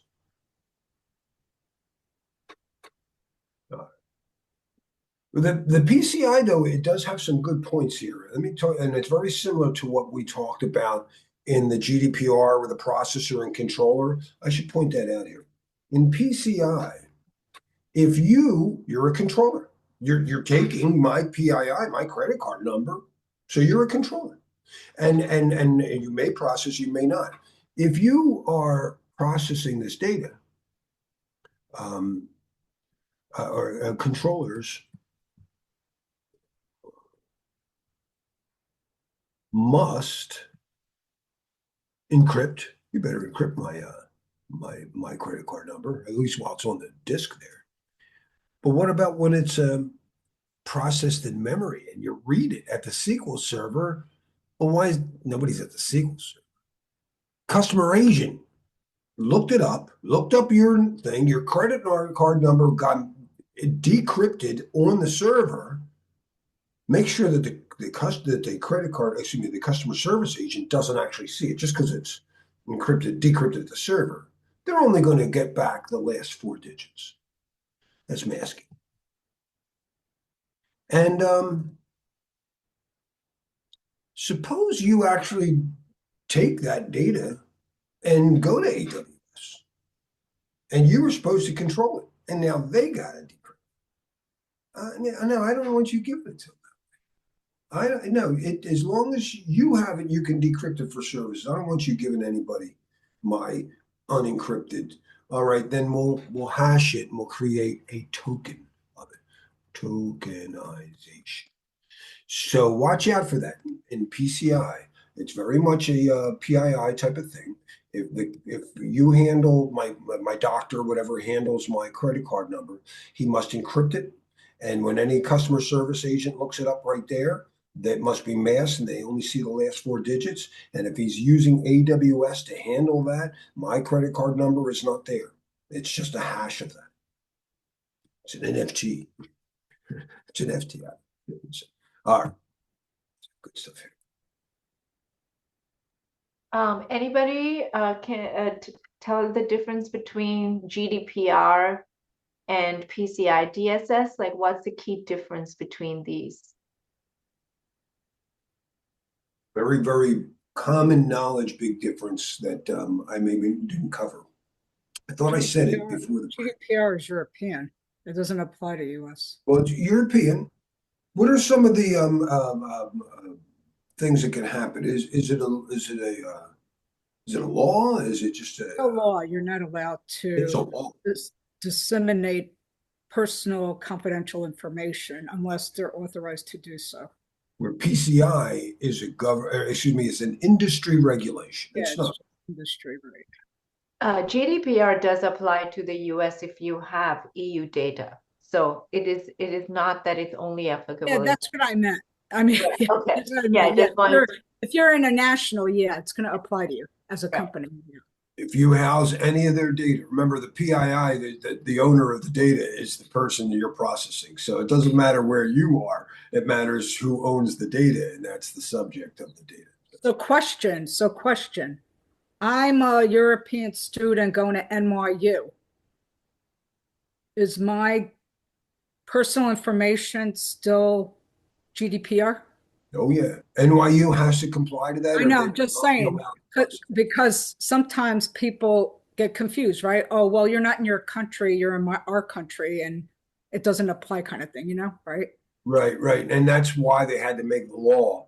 So that's the whole point of the union came together, the European Union, and said, we're going to enforce this to protect our citizens. If our citizens are in your country, you better be protecting our citizens, or we're not going to let you process our citizens' stuff. NYU would no longer be allowed to handle European students or be subject to heavy fines.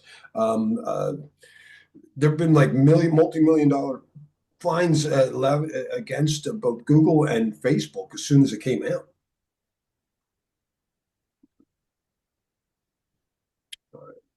Further, we already talked about this. Do care is to do something. Now, they have do care first. I like to think before I act, but sometimes people do want you to know that do care is ultimately the main thing. And I like to use the analogy of an old ad for Royal Bank of Scotland, where a guy was choking at like a company event, at a party or something, and he's like, and another guy at another table goes, "Hey, you know what Schmitty needs? Heimlich maneuver. Yeah, we learned this in school. Food gets stuck in your esophagus." Well, he did the due diligence, but it's not helping anything. This guy's still choking.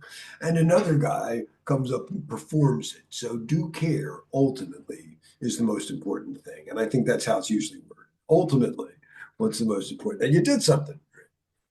Otherwise, you just be that guy, yeah, told you so. It's like in healthcare, right? ABC. Air, breathing, and circulation. You're not going to just stand there and say, let me think about it for a minute. It's awesome. Don't just do something, stand there. Of course, we want to comply with laws and do expect audits are double checking our work. What's the difference? Sorry, Larry, before we move on, did you mean due care was proactive versus due diligence being reactive? No, that would be a bad thing. That would be like But that But that, I just wanted him to clarify the comment. No, Yeah. no, I like to say I Yeah. want to think before I act, but in a scenario, if someone said, ultimately, which is more important? And I go, well, I'd like to make sure you did think, but if you don't actually perform the Heimlich maneuver, it's useless. Hmm. I don't remember an actual real exam question. It was a very popular practice question back when I taught for Sean Harris.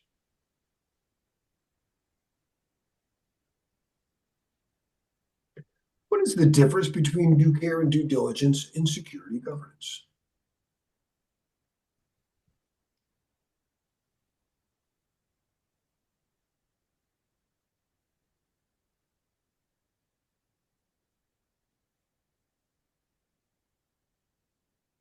There is taking action while doing research. Yep. Think before you act.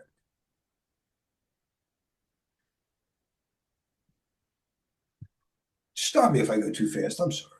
A company is implementing a new cloud service. Which security governance activity should be performed first?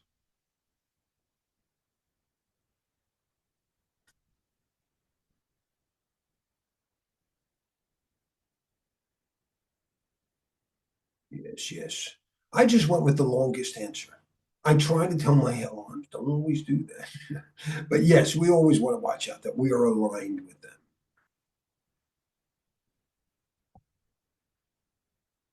Support security initiatives to support the. Well, why do you think that's the right answer? I know why it's the right answer, actually. Why do you think that's the right answer? Because you want to align it to meet the strategic objectives of the stakeholders. That's why. Absolutely. You know, I almost trying to think when I got this advice. I think it was in my 20s. And someone said, remember, no matter what job you take, your primary function is to make your boss look good. So if you do that, you'll be fine. And it was good advice. Yeah.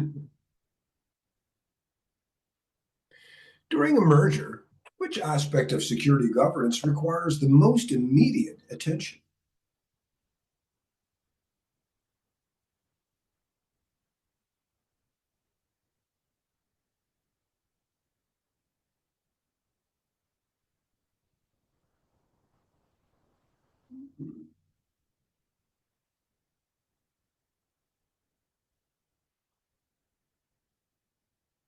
Train them on tools? It's a little specific.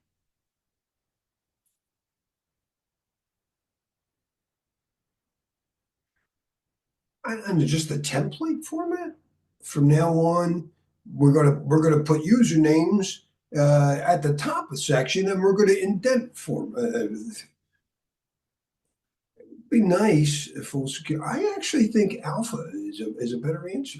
I want to make sure that we're not overlooking anything. You know, I want to have strong doors, but you know, a straw house. Don't put a steel door on a straw house. Right? We want to make sure that we've got a comprehensive security program. Watch out for questions where one choice encompasses the other choices. So when you integrate security, it also implies that you are auditing and making sure that you are maintaining oversight. So if you have an option that is a superset of other options, then pick that and don't go for something too specific. So my question would be, how do you integrate security without doing a full security audit first? That was my second answer. Do I have to know what they have? But I think what they're saying is even before you get started, you know ahead of time, security is baked in, not sprayed on. So in a development life cycle, like it's some depending on the development life cycle, there might be more or less steps. A very detailed one will have a feasibility study. Should we even do this? And right, whatever life cycle the step they give you is first, you just go, I'm starting security there. So A says to me that I'm making sure that there's no holes in my thing. I didn't wait later on and then start adding security to it. So it's integrated into every process step. Does that help? Gotcha. Okay. Yeah. Thank you. You're very Jide, welcome. go ahead. Yes, I Jide, do. Yeah, I do. A bit confused with this question. The reason why is I'm looking at D as well, and I'm saying updating security policy because I would believe the policy should have everything relating to security. So I don't know how that is not as important as A. I think the funny part of D is that it says the template format. That's like meaningless. The template format. No, it's not. No, it's not, because it's part of governance. They create the templates. The governance does. They create the but read the question carefully. It says what is the most important. We're not saying that it doesn't get done. So if you go Yeah, I back, shouldn't have said meaningless. No, that was my bad choice of words. It's not meaningless, but it doesn't seem most important. I want to make sure that the risks are mitigated, not that it's presented in paper the way that the new company wants it to be done. So the scenario has to read that way. So there's not, right? There's not enough information, or you're telling us the exam's like that. You have to figure it out. yeah, the exam is like that. They're not going to have a one-page scenario that covers everything.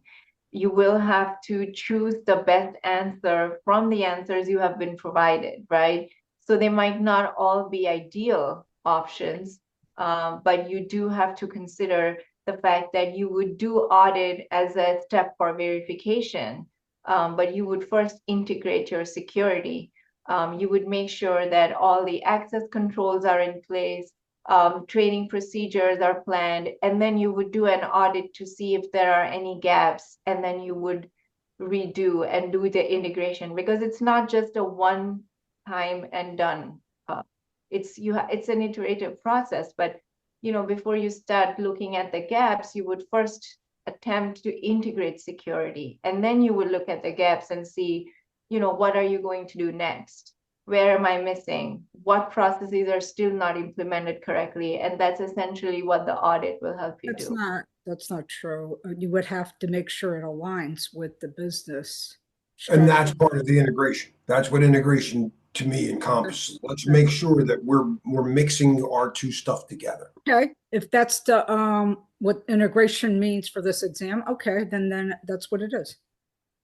Well, we'll see. I like this question, Larry, because I've come across it before, and I think it must have been Len Z up. And I think if I'm correct, they might have gone with the policy answer because they're not focusing. I mean, this is probably your way of your own question, but it was very much similar. They see policy as more important than security because security should be something, yes, you should always consider, but the policy should like, cover everything as a whole. So this is why I thought I'd go with D. It's not, I mean, because I've been caught out on this sort of question before in the past, and I just thought it'd just be nice to get an understanding of it. Because they were just saying it like you don't take security as number one. That's the way they look. If the policy is right, then security would always, but security shouldn't be. I want to take a step back, though. If I want to take a step back and make sure people feel comfortable as we go through the week and when you take your real exam, remember what I said about it has to be tested before a bunch of people.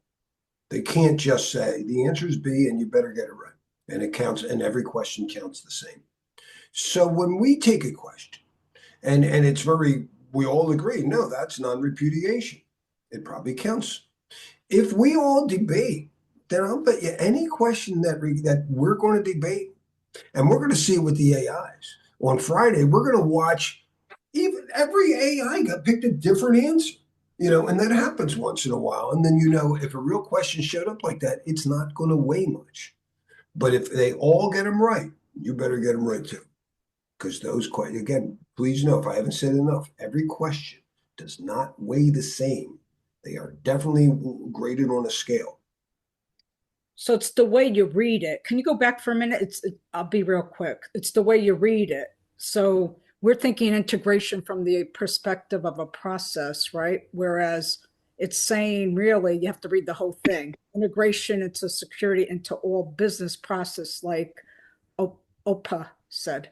Including mergers. Well, you should always have security. let's make sure that when you do this, that you're considering in merger. Let's make sure you're thinking about security as you do this. That's all it's really saying. But but the end of the question is the important part of it, right? It's the business process. All right, we need to move on. Let's not spend too much time on one question. All right, so understanding the legal, regulatory, and compliance issues. And a lot of times I used to cover this in operations when we do incident management. So we're going to kind of gloss over it, and we'll do a little bit more later. But you're going to have to understand, and you probably do know, cyber crimes. I wouldn't expect, and we have on the one hand, ransomware is probably one of the most prolific, but that's not the same as a data breach. So when something is breached, that means you may now have to call whatever and notify. You get 72 hours in GDPR if you think European customer data were breached. So we're going to see how to respond to those in different incidents. But we also have the internal user, could be just doing something, maybe stealing company property for his next job or whatever. Also, watching licensing and make sure you're handling things right. Intellectual property. We have a few different intellectual property laws. Trade secrets. Again, I'm not a big fan of them, like the secret formula for Coke, but they're there. They're testable. It does last as long as somebody protects it. The secret formula for Coke is still a secret. A trademark. Microsoft has a lot of trademarks. They trademark like the word Excel. They trademark PowerPoint, and they could just trademark a phrase or a logo or something like that. And that also lasts as long as they protect it. Copyrights are different. Copyrights are like I copyright a song, and then I get to profit from my work, and you can't profit from that without my express consent. And it lasts for my life. But if I copyright a song right now and I die, my family would be protected for 100 years. So it's 100 years and then some values. It's at least 100 years. Life of the author. There's a patent, a formula, a secret formula. Microsoft, by the way, has a lot of copyrights for clip art. They patent maybe some DLL type. A patent is like a formula, and they last for 20 years. Now, internationally, I didn't see it in there, but I believe they still ask on the test. You want to deal with the World Information Property Organization. They work alongside the World Trade Organization, along with the Organization of Economic Cooperative Development, to ensure that we can, trust and do trade with other nations around the world, and they'll respect our copyrights. China. No, I'm just saying. And these are where, we already had the Wasserman Agreement showed up earlier, the transporter data flow issue of exporting things. I'm sorry, that's more the import-export control. But we also have to respect that when you're using someone else to get somewhere else. So maybe in your country and a target country, it's fine, but the roads you take to get from your place to their place, you're not allowed to drive that fast or whatever. So target every router, every place where you're going and crossing, and making sure you're respecting those laws. And we talked about like GDPR and CCPA, all the privacy laws. By the way, there's a lot of redundancy in the official content outlines. So that's another thing. Didn't we talk about that, Larry? Yes. We'll see if you. So again, cyber doing today, it's mostly ransomware stuff like that. There's other stuff. There's the hacktivists, and when I'm teaching with Tom, the CEH, we have all these other motivations we have to talk about. I don't think they're big here, and I don't expect you're in this class and not know anything about how cybercrime works. There's been some serious repercussions. And one of the scariest for people who get infected with ransomware, check out some statistics. The people who pay, I think it's like less than half actually get anything that accesses their data back, whether the attacker was just wrong or the attacker, I thought it would work, Will. But even if they do get their data back, other than public agencies, most private companies don't survive a year after a ransomware attack. Pretty bad. But again, we watch out for breaches. That means somebody got my data. It's another thing I debated with the students, so let me just play it early. If someone steals my car, I will notice, I'll go out and I don't have access to my car anymore. It's gone. If someone steals my credit card or my social security number, I still have it. I didn't lose my social security number, but I lost control of it, and that's bad enough. So when they call like a leak of PII or someone's social security number getting that they had a data loss, don't sit there and split hairs and go, yeah, but he still has it. They lost control. My favorite major case is not that recent, but I still think one of the worst things was SolarWinds. The first SolarWinds attack when they exploited the weakness in our PKI system. So I planted a seed earlier why I think the days of our centrally managed PKI are very short. I don't expect it to be there 5 years from now. SolarWinds is what did it. Yeah, that's what it really should. It was devastating, wasn't it? That was great. Oh, I'm sorry. Yeah, that was awesome. And I was teaching the class we had. It was so cool is I was at the time, I don't know where they are today. I think they're a lot of hype. My wife hates the company now because their salespeople just hype so much. But AI dark trace. Dark trace uses no signatures. Dark trace is a intrusion detection that's just looking at AI patterns. And I was talking about him how I liked where they're, what the technology looked. SolarWinds comes out, and one of the students in there says, "Dude, we weren't affected, and you know why? Because dark trace noticed it." That's pretty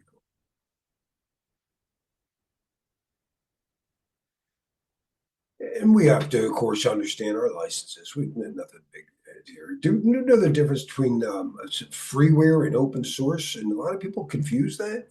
Just because Red Hat is open source doesn't make it free. That's a different thing. Open source means I know what's in it. I know the recipe. I'm as far as AI goes, Meta, and I forget. I don't think Grok is. No, Meta is the only fully open source LLM on the market right now, but they're not decentralized. I'm waiting for decentralized open source. Open AI is just a marketing term. There's nothing open about it. The risk of non-compliance, you go out of business. Sure, that'd be the end of it. A lot of times it's fees. The first warning. Oh, I showed up, Arpit, I never told you this story. I showed up very old, 1987, and oh no. It was when it was Desert Storm, so it was 91. I showed up at AT&T at Bedminster, New Jersey, and there were federal marshals all over the place. And I thought that it had something to do with the war.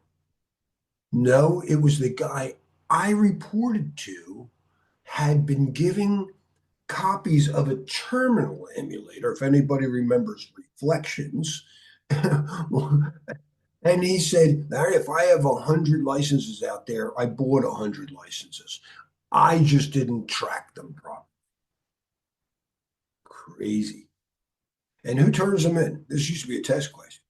Disgruntled employees. We talked about the import and export, and it may show up. I think I did get one on exporting strong encryption in the Wasserman Agreement, but basically understanding that some tools are not considered legal in other places, particularly crypto stuff. And again, transborder data flow, we talked about this, making sure that you're not breaking any laws. And usually they overlap with privacy rules. So it has GDPR here. I would also watch for, I mentioned the Organization of Economic Cooperative Development, OECD. And if you're not familiar with them, you might Google them or put some test questions there. Tell your, and focus questions on the OECD and how that might align with the CISSP exam.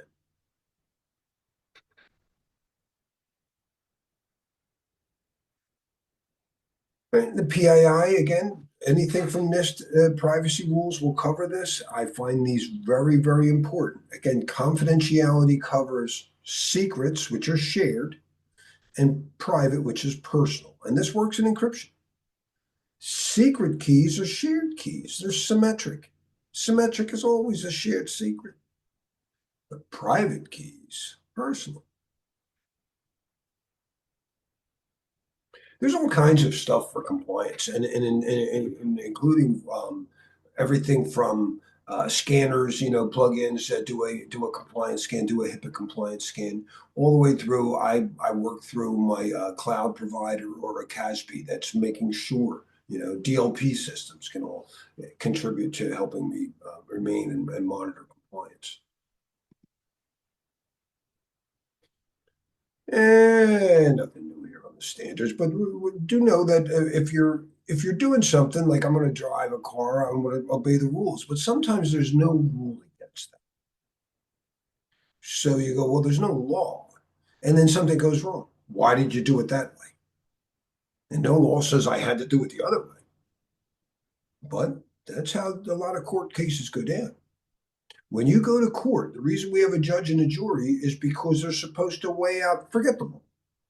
What would I have done if I were in your shoes? Right? That's the reasonable person. Some states call that prudent man rule. And if you say, well, they say, well, why would you do it that way? Well, I know it's not a standard, but NIST guidelines recommended it. It's a best practice. That's a good answer.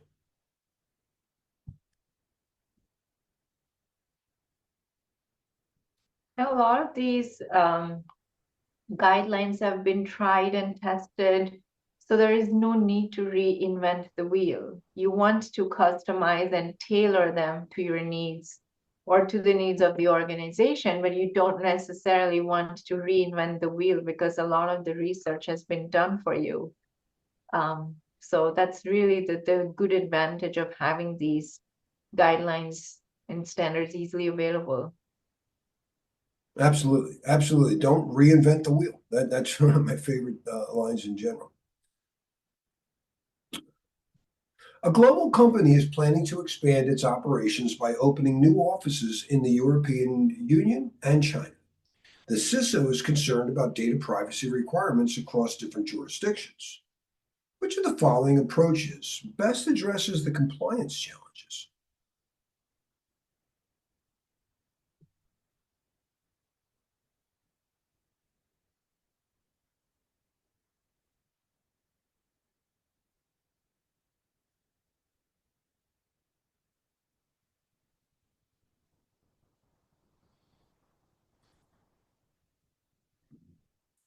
A lot of people fall in for something, and if you continue, there you go, Paul. I think C includes A and more. It does kind of lead you down the path since they're the most stringent, as opposed to strictest requirements. But I'm afraid that GDPR might not cover everything I need. I think C is. But why are you saying that? Is it because A unified framework that incorporates the strictest requirements from each. That sounds a little bit more comprehensive than GDPR requirements, even though they are kind of leading us to do the most stringent. So it's a little tricky the way they worded it. I just prefer unified privacy. I like that better than just GDPR because it didn't say GDPR. It just right? said But privacy requirements.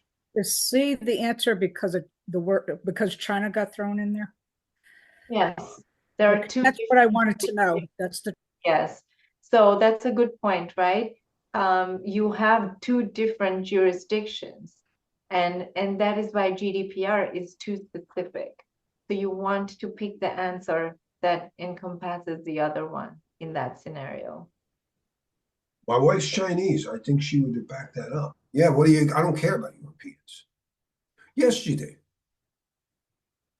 Yeah, I thought I'd bring this up. This is something very much similar to one question I found I got in the exam. So it says you have had a breach.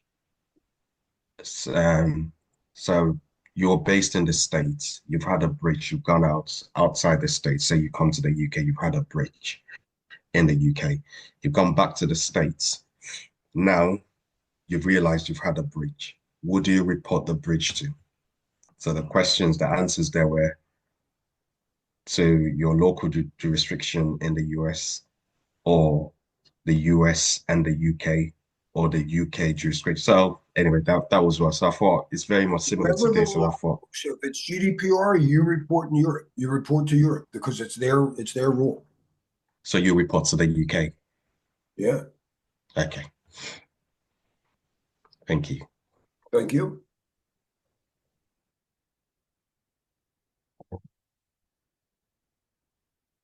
As they say, it has all the requirements it's supposed to.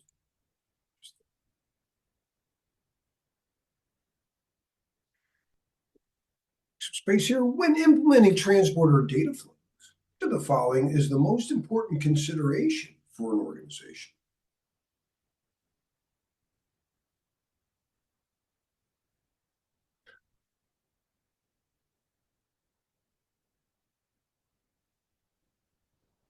I don't know, as a packet analyst, I'm ready to just say B. Oh, no, all right, no. Yeah, we want to make sure that we're complying. Don't break any laws. When in Rome. A software development company discovers that a competitor is selling a product that appears to use portions of their proprietary code. The CISO has been asked to recommend the most appropriate initial course of action. What should they recommend?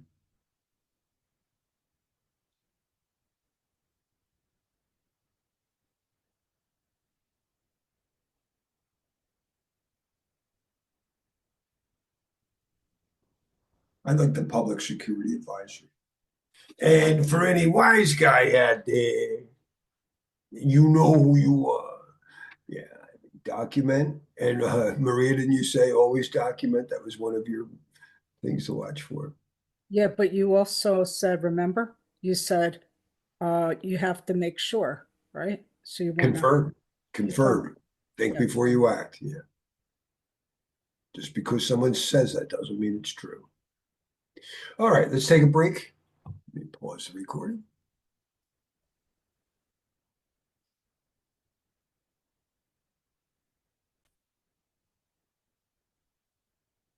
All right, so back to the legal stuff. We mentioned that we may have to deal with cyber crimes, and they could be internal. And, it's kind of like when something goes wrong, keep it in the family first. An administrative investigation generally leads everything. If you're in an organization and something happened inside, even if it was with a supplier or something, the first thing you want to do, especially you in security, is notify management or whatever, and they'll figure out what to do next. So we don't call the police, we don't report, we do it. And then we decide, do we have to go? Was there a crime committed? And that's got to take the next precedence. You're not going to try and sue somebody for money if you can stop a murder. At the Black Cave reading, front door 1. And then we also have our industry and regulatory standards. Now, again, GDPR is a regulatory law, so is like Sarbanes-Oxley, HIPAA, and you can land in jail for HIPAA and Sarbanes-Oxley thing. PCI is an industry standard. It's a little different. There's no jail time, financial penalties. So administrative, again, this is keep it in the family first. Focus on your internal policy and make sure that you're following through and mitigating the problem without causing. You don't need the neighbors staring in at you. But if you think a crime was committed, then you're going to involve police. And in a legal case, they have to gather evidence. Forensics means to be in a forum, but it's come to mean the study of debate. And you want to win the debate by making it obvious. Look, it's quite evident. I have a videotape of the guy from the camera. So that's what evidence is. And you're going to need to find the evidence. In legal cases, before it goes to court, you find it. That's called discovery. We're looking for electronic information. I would watch out for the terms e-discovery. Also known, when we get into incident management. Incident management is man-made intentional things, whether internal or external. The primary goal is business continuity. Part of that is forensics. Forensics is to make sure I understand exactly what really happened here, and then hopefully take action so it doesn't happen again. And that might involve reporting this person to the law enforcement and having legal things done against them. Finding that evidence in a cell phone or on social media is called e-discovery. It is common knowledge that that's what e-discovery is. It's discovering evidence that could be part of a legal case. It's not just asset management. And it's also common knowledge that it is very difficult to find meaningful data. You might not know where that data is. One of my favorite silly little things, it's been 20 years, but I still thought it was pretty cool. One of my students is a forensics analyst, and he found evidence of an internal abuse, a salesperson who was taking data away. He had tried to exfiltrate data and he was going to leave. And he did it on an external drive that he mounted in his office after business hours. And he could tell by the metadata on the machine, somebody came into that office at whatever 10 o'clock at night, and then an hour later, and mounted a drive, and then later pulled it out because the HKey _ local registry stored those settings. And there were only two people with keys. That's that employee and the cleaning people. And when the cleaning people said, and he just said, yeah, okay, it was me. But that's, again, it's not easy to find that evidence. It's not always, I imaged his hard drive and found it on this hard drive. Civil investigations, you're going to try and get money, so it's usually a civil investigation is because of a contractor didn't complete the contract. What was the contract worth? And you could sue them for that much money. It was a property thing. They damaged your property. You ran over your fence with his car. What was the fence worth? It's personal injury. Bob's finger got cut off on a faulty circular saw. What's Bob's finger worth? And that's the challenge. It's common knowledge that civil law comes in contract, it comes in property, and it comes in tort or personal injury. And the challenge is, since civil law just gives you financial, compensation, how much do you get compensated if your thumb is cut off? What is Bob himself?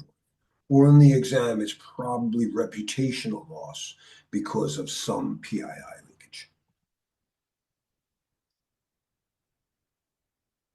Our regulatory, again, this is GDPR and HIPAA that's legal regulations, but PCI would be an industry standard. During a routine log review, a security analyst discovers that an employee has been accessing and downloading confidential customer records outside of business hours with no apparent business need. Which type of investigation should be initiated first?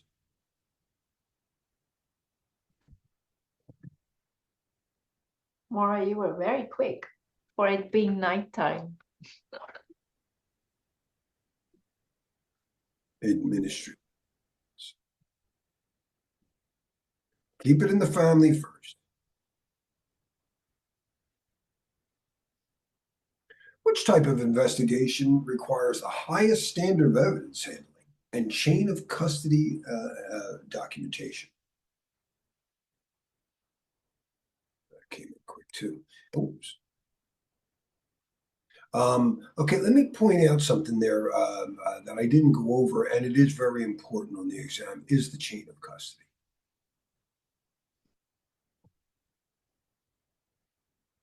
Chain of custody. Chain of custody. So sometimes read as COD. There are two basic things happening in an evidence e-discovery type of thing. There's the collector or acquisition of the evidence. They're typically called the incident handler. They maintain the chain of custody. They handle everything. They deal with all the people. They go to the place wherever that reported the issue. Maybe they had to remove the hard drive from the system, do a whatever image bit by bit copy, and then made it document that they acquired it. They identify or authenticate that it is, and then they give a copy of it to an analyst. The analyst's job is just to figure out what happened, but the incident handler has to maintain that chain of custody, and that includes taking the original, say, disk and storing it somewhere for a month at a time. And do you know what temperature and humidity level it was? How do you know it wasn't corrupted? So it's always in a controlled environment. Who else could have gotten into that cabinet? Only the handler. So we have a way to protect the evidence from the time it is collected, identified or authenticated, analyzed, stored, preserved, whatever. You might have to transport it, from one location to another, always document it like FedEx does, and then possibly present it in court. And if it goes that far, and maybe even be returned. And all along that way, you maintain a documented chain of custody, or else when it gets to court, they're like, how do I know this evidence can be trusted? Could have been tampered with. It could have accidentally broken. So you may get beat up quite a bit about the importance of maintaining a chain of custody. And that is the job of the incident handler, not necessarily a technical person. That's a forensics analyst.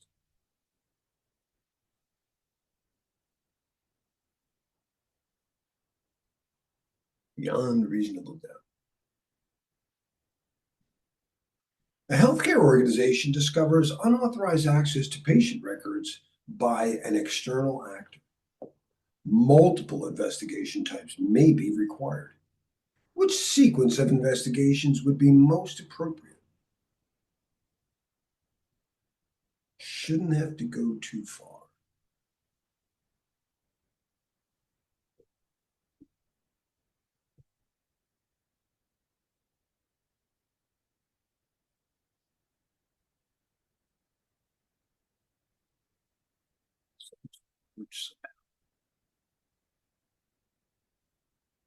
Oops, I gave you the answer. Did anybody get it? I missed it.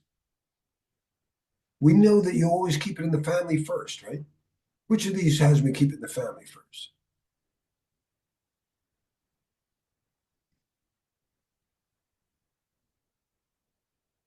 Yeah.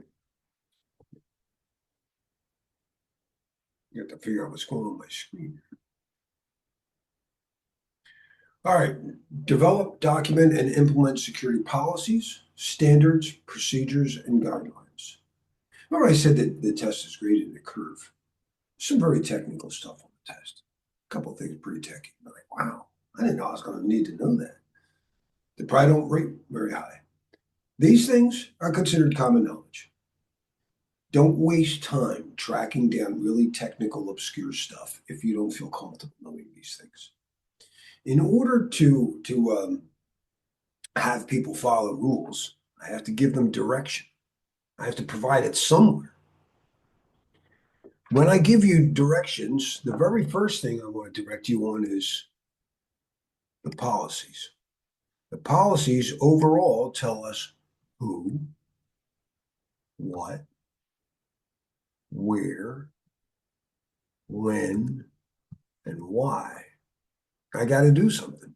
You got to encrypt now. Who? The customer service agents. You got to update your encryption protocol to post-quantum. That's what we got to do. So you customer service got to implement post-quantum. Where? All the lines that go to Europe. When? December 31st it becomes a law. Why? Because we're worried about post-quantum attacks, even though they'll never really happen. Well, which ways can I do that? Well, there's a few different standards. Pick my encryption standards. I might say we're going to use for post-quantum computing, we're going to use crystals.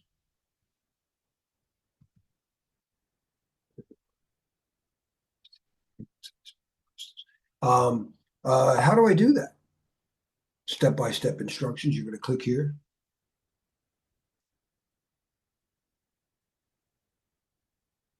And any other thing? Yeah, if I were you, I would use the shortest key possible because it ain't never going to happen. Whatever. These are suggestions.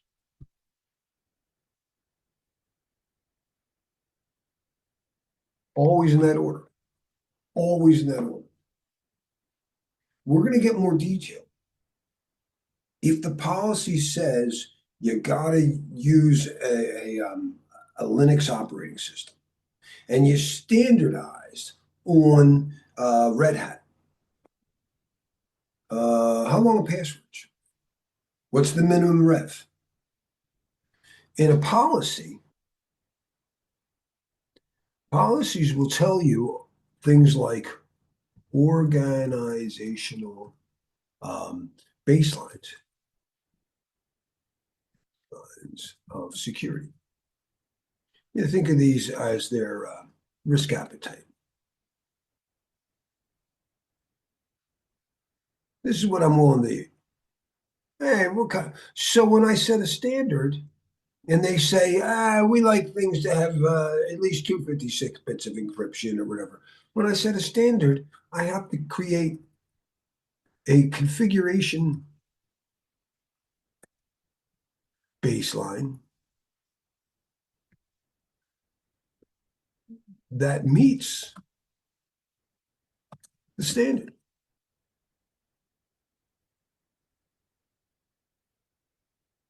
Now, if I said you got to have at least a 33-inch waist and the pants came in 32s, 34s, and 36s, I would, that standard would be configured to be well, I can't do 32. That would short scope it. The other two would work. They both go out of scope because 33s are what I want. 34 doesn't go out of scope as far as 36. So I'll use the 34s. I'm still scrapping an inch, but I'm not scrapping 3 inches. It's hard to get things exactly right.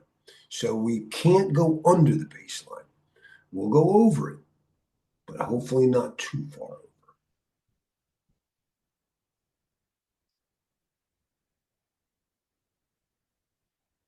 Right? So policies capture management's intent.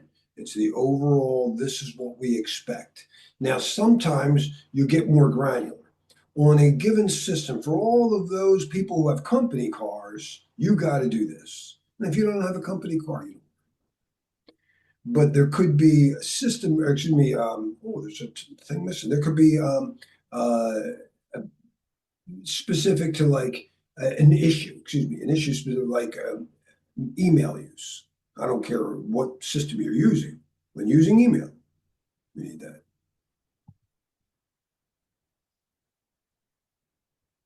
Standards are the specific technique or technology you're going to use to meet that. There's a couple of standards, but we decided on this one. We have to make sure that whatever I like to say, I use the example of clothes, the pants. Let's say we standardize on a Calvin Klein suit. I don't know if you make suits. I'm just pulling stuff out like that. I would have to make sure that it fits me. And that's going to require for each process or each usage that we take measurements. That's called tailoring. These are extremely important, and it's considered common knowledge. Tailoring and scoping is a major part of that NIST document that I mentioned a couple times, 853. When we assess the controls and test them on day 4, we're going to use 853A to make sure that we have the proper scope and that they've been tailored properly. Right? I don't put things in, I don't use 256-bit encryption on everything. If 128 works, that's good enough. Don't over-secure stuff. And again, procedures are step-by-step instructions. Procedures have to work. That's the most important thing. But I would like them to be tailored in such a way that people know only the steps they needed for their job. So when we work with HR and we define awareness programs and training programs, we help by understanding the role. Oh, this is a salesperson.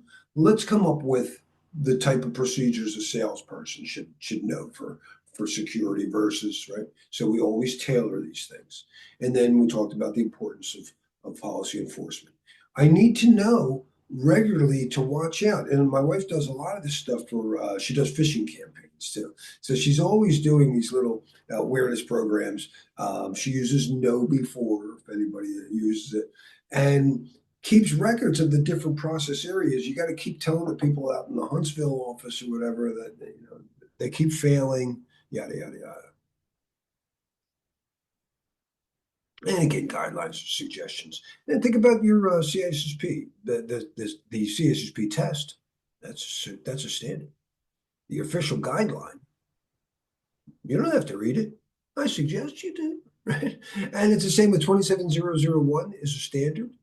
You might see this in your near future. This is not the standard. This directly maps to it. It's a much longer document with some guidelines how to meet the standards, like the official study guide for 27001 candidates.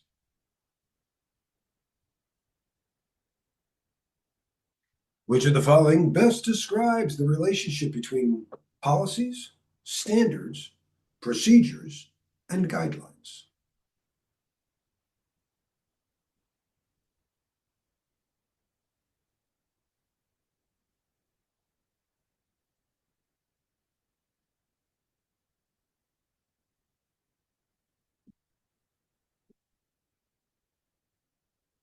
And I can't see when people are answering. Oh, this is frustrating. This is a really, really important topic. Can't stress enough that you should understand the difference between these and make sure you practice figuring out whether something is a policy versus a standard. Ensure that guidelines are recommended and not mandatory. So definitely useful information. Thank you. And while you were talking, you bought me enough time to figure out what was going on with my screen. So I can put that back. Oh, that's pretty funny. All right. Oh, it still has one thing. Here, let me see. A speaker. There we go. All right, we'll keep it like that. All right. Yes. Always in that. And remember, never implement a standard without checking the policy baseline and configuring your standard with a configuration baseline that supports it. So, oh, I know what I want to say about procedures. A neat test question that I saw. Which of the following is the most important about a procedure? And well, it has to be aware. People need to be aware of it. So it was that it's published in an easy to find, that people are trained on it. Oh, that's a good one too. Yeah, they got to know how to do it. But the real answer was that it supports the standard. Because I could give you a procedure that you could do real easy. It's easy to follow. Doesn't help anything. It doesn't really support any of the business requirements, right? So make sure you don't fall for that type of trick question. The security manager notices that despite having a strong password policy, many employees are writing passwords on sticky notes. What document should be created first to address this issue?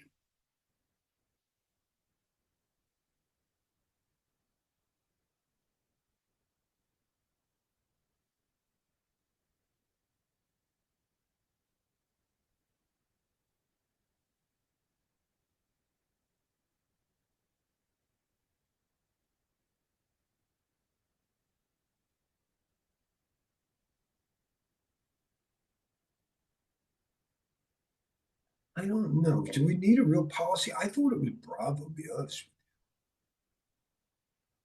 I would think it's B as well, is you want to teach them how to do something right, and that's what procedures are. Yes, yes, that's Pressing it. the how. Yeah, the problem is they have a strong policy. That's not the problem. The problem is how they're doing it, not what the policy is. Yeah, so a new policy prohibiting a procedure. You're prohibiting writing. And I can see why it would bleed over, but I think B is more the point. I think none of these are right. It should be awareness. Yeah, right. I was originally looking for that too, but you know to look for the best answer, not the answer that's not there. I tease my kids all the time. Like, what do you guys want to eat? Not soup, because I had soup a lot. I didn't ask you what you didn't. You're not helping Dad here. An organization has just completed a merger and needs to align security practices across both companies. Which sequence of documentation should be developed first?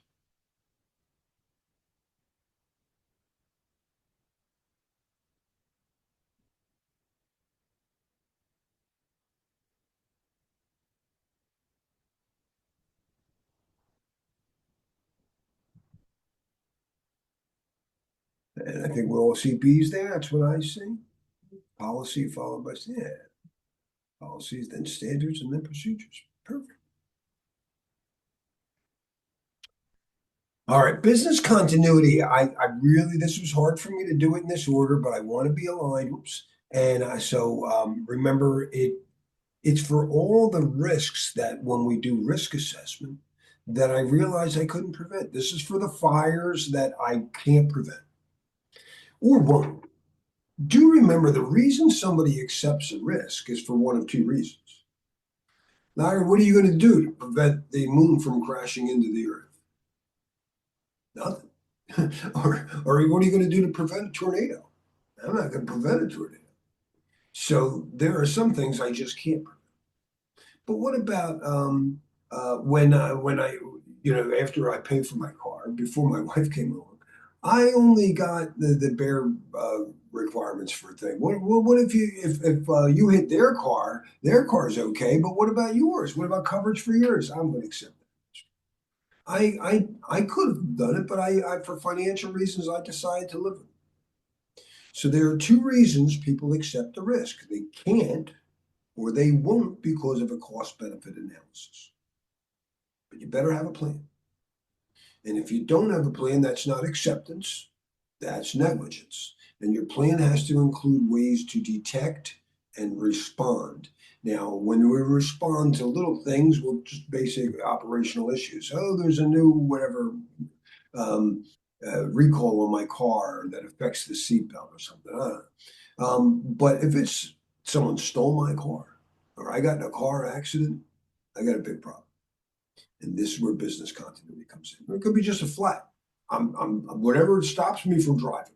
I can't even drive. So that's what business impact analysis is for. Business continuity is to figure out, I don't care what happened. How do I restore things in a logical format? Because based on what we do for a living, I need to have at least this much this much that, and it's got to be this comes first and then that. That's all the requirements that you decide on what needs to be done to make the business and meet the strategic alignment with the business. Part of that is man-made or natural events that mean you can't do business anymore. The system's down. That's disaster recovery. So that tells you how to meet those priorities that we did in the BIA if it was a disaster, if there was a system outage. Maybe it was what took you down was a lawsuit or somebody broke in. Maybe there was a data breach. Nothing's down. Incident management or incident response is the man-made intentional stuff. Still has to meet the requirements of the BIA. So business continuity is the umbrella term that describes from the business perspective, I need basically I can't be down longer than this. We better be able to rebuild within this much time. Data can't be any older than that. And we need at least these many things. I don't care what cost. Let's imagine a ransomware attack. Ransomware attack is a man-made intentional threat. Incident response is going to. The data is unusable, it's encrypted. That's a system outage. Now we've got incident response calling the disaster recovery people. I'm going to need you to pull back tapes or whatever from last month. So all to meet the requirements of the BIA. So I hope that's it. So much today is just getting supplies. You might have a business continuity plan where you knew the BIA was you got to get up at least whatever 5 printers, and they got to be able to do at least 20 pages per minute. And you got it up. You can ping the thing, but there's no paper. There's no toner. We have a lot of external dependencies, just electricity. If you're a cloud application today and the way they develop applications, everybody's really specialized. It's like the subway, and all you make is the pickle. Everything else was a supplier. Yeah. So all these microservices, they're all supplies, DLLs, APIs, they're all supplies. I said the hardest part of any development lifecycle is when you sit at the table and you analyze the menu. It says, trying to understand, look into, no. They're saying not law, you're using the term law, administrative investigation. Who's going to be asking questions? So he's saying, the question is saying, if something goes wrong, if you get a report that customer data might be leaked, do you then call the law enforcement or GDPR, or do you tell a manager who then investigates internally, and they'll know how we're going to, now it looks like we do need to call them, we're going to have the legal department do it. Okay. Thank you for the, because I was like just Well, more because the admin law is different, right? That's created for the government agencies and all that, right? right. So I was like I was like sticking in my mind just to clarify, right? So thank you for the Very welcome. clarification. What memorize, what acronym are you looking for? BIA should probably be, but I think all these, I'll be honest with you, I think they do both. I think they spell the words out, but the BIA is the hardest part of the business continuity life cycle, because in any life cycle, it's reading over the menu and figuring out what do you want. You have to analyze what's on here. So it's the analysis. And the very first thing, the most important thing is how long, if I were driving a car, can I afford to be off the road? Now notice in an ISO menu, and this is not a 27, this is a ISO 22 is a certificate for business continuity overall. And they say that term is maximum tolerable period of disruption. In NIST, they call it MTD, maximum tolerable downtime. That's what most CISSP books call it. I like that because it's one less keystroke, and I don't like extra friction. So I prefer the faster way, but I need you to pass an exam. If I'm giving myself 4 hours to drive from Philadelphia to DC, and it normally takes me 3, I have a 1 hour maximum tolerable downtime should I get a flat. And I get a flat. The recovery time objective, how long it takes me to put on a tire, better be less than an hour. Because it took me a moment just to pull over to the side of the road. These numbers are directly related. It is common knowledge that the RTO must be less than the MTD. Now, in order to recover my car, I just put on a tire. To recover the mail server, I can't just build a server. I have to have data. How old can that data be? Is it yesterday's? Do we do nightly backups? Unacceptable in any financial application or probably mail today. We have recovery point objectives for systems that store data that must be whatever appropriate. And I would just think of high, medium, and low. Medium, probably 24 hours is okay. But if somebody is like a high criticality metric, you're going to have less than 24 hours. And this is, like why I love my cloud backup. I save things in Dropbox in real time, near real time. All right, the minimum business continuity objectives. I said I needed a printer that could do at least whatever 20 pages per minute, and I needed paper. That is also known as minimum operating requirements. And then, my donut tire can't be used permanently.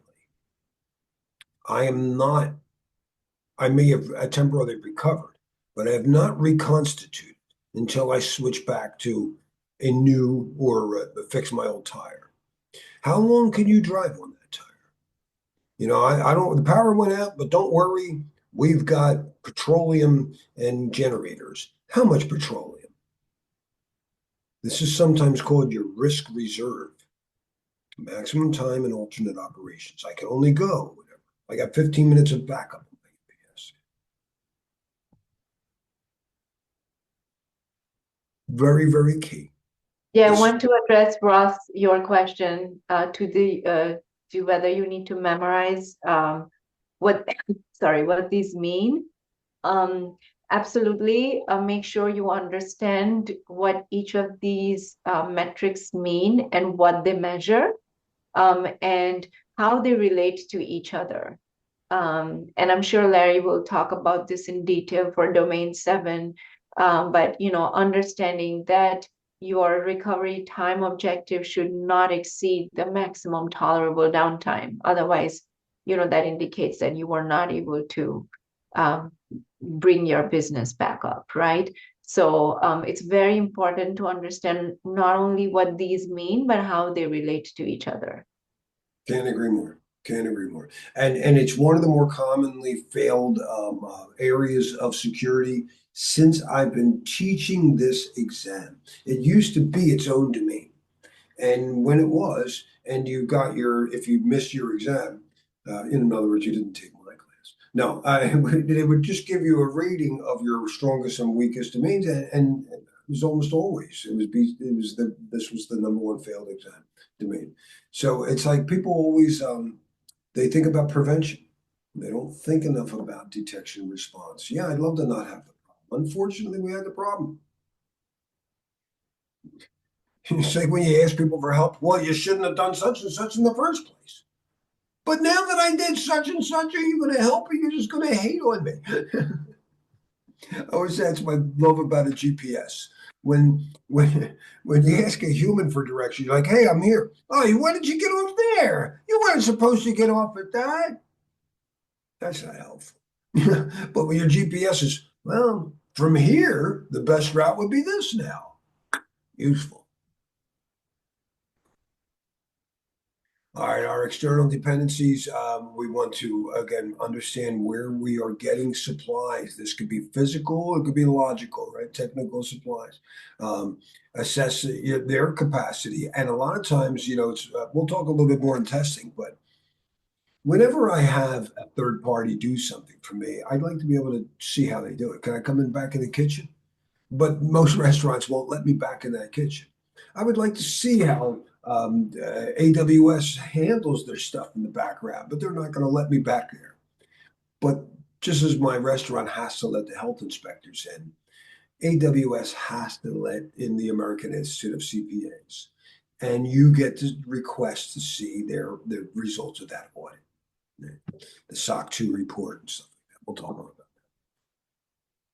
So if I can't go in and assess their capabilities, make sure somebody else could.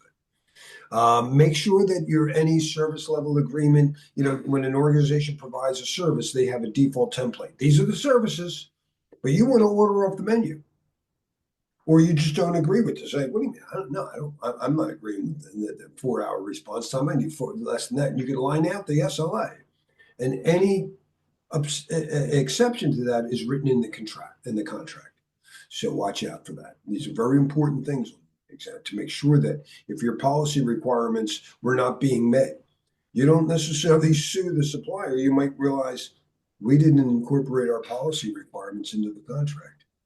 Damn. Larry, I always get caught up with this with my stakeholders, because they don't want to pay, right? The C-level people don't want to pay for 4 hours or 6 hours. They do like 1 day or 2 day, and then my stakeholders are screaming, I want it now.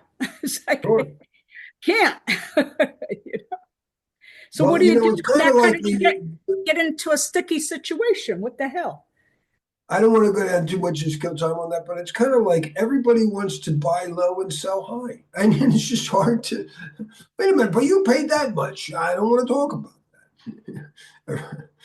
I actually, my wife thinks I'm a fool. I said it to a car dealer. I said, I'm not looking for a great deal. I don't want to get over on you. I want a fair deal. Other people are sitting there, no, dude, you want to get over. Really don't. I want it sustainable. All right, so which metric represents the maximum time a business function can be disrupted before causing unacceptable consequences?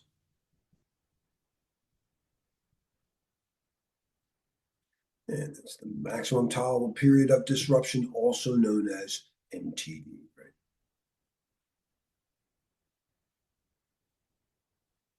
Yeah, that's the one non-27. Actually, the ISO document, it doesn't even say IEC next to it, meaning it's not technical, but it at least terms show up. I don't know if they actually quote the standard, but the terminologies come from there. During a business impact analysis, critical supplier indicates they can restore services within 4 hours, but your organization's recovery time objective for the dependent business process is 2. What is the most appropriate response?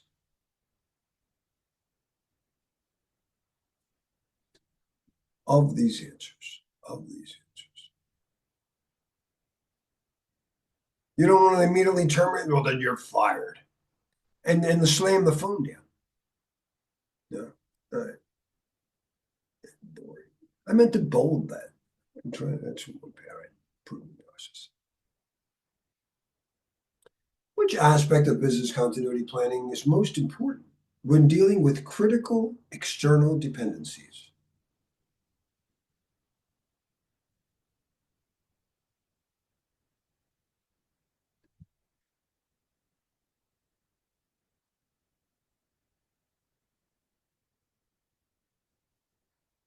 You got to test it. Let me see. Hey, wait a second. What if we did this and you did that? No, we got to be synchronized here.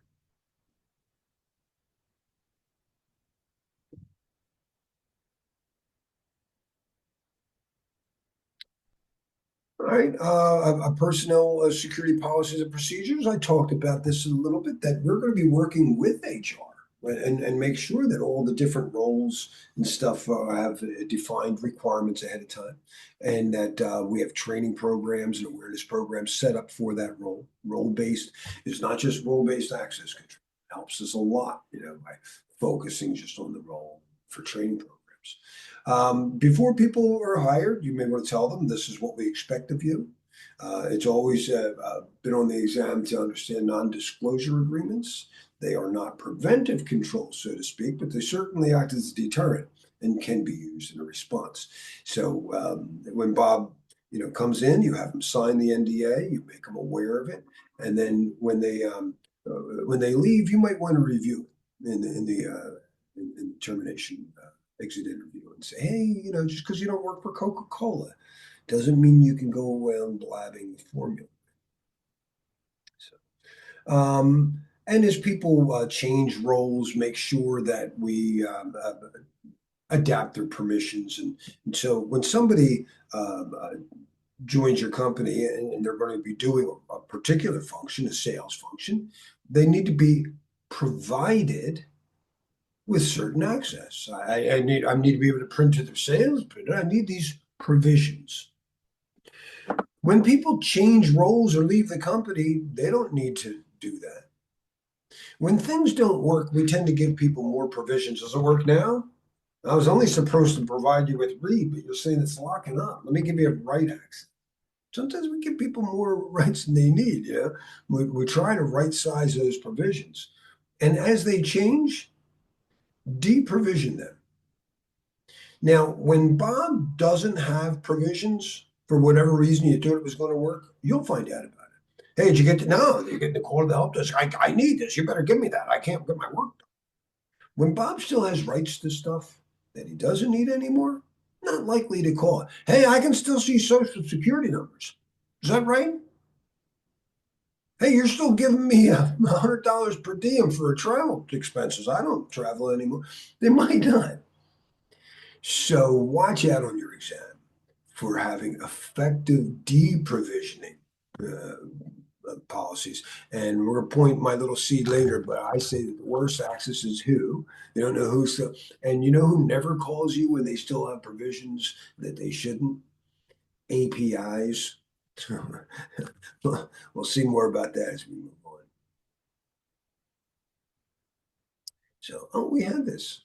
We have support policies or how. We talked about these. Oh, I have a redundant slide. Sorry. Other external influences, right? So we have some things here. I think we hit this slide too. I have it twice. All right, so before we do background check, make sure that they have not only the skills, but other appropriate socialization skills. Make sure that they maybe talk to managers, whatever. And you're going to go through, by the way, when you get your exam and that you pass, they're going to want background to make sure that you really have your claimed experience. And you know who can't back you up? Instructors that only met you this week. So I get it all the time. Hey, I passed. Can you sign for me? And no, I don't. I can't back you up.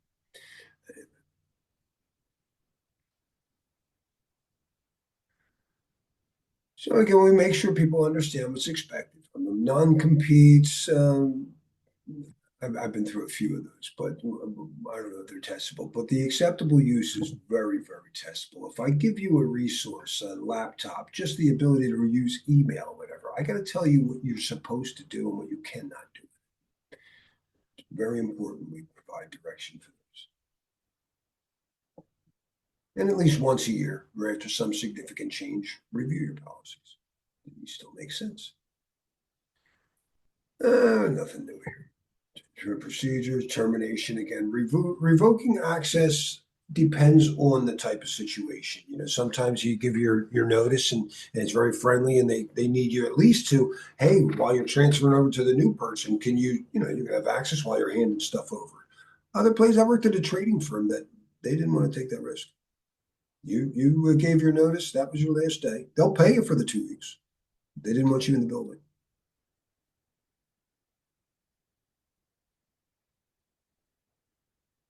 And again, in operations, we'll see a little bit more on this thing, but always, again, understand the difference between the service level agreement, which they had lawyers go over ahead of time. That's not for you, that's for anybody. And of course, it's written to give them the default. By default, it protects the service. The contract has all the exceptions. And make sure you have your policy requirements covered.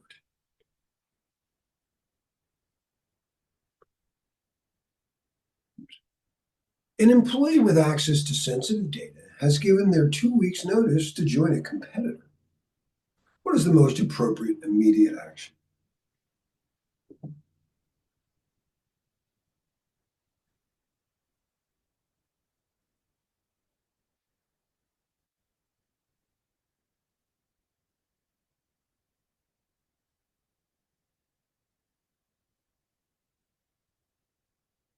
There you go. Yeah, review it and see, adjust the rights. Well, again, as long as it's friendly, let's see.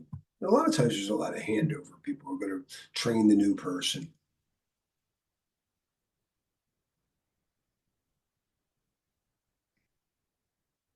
A new vendor will be providing on-site IT maintenance services. Which security requirement is most important to include in the vendor agreement?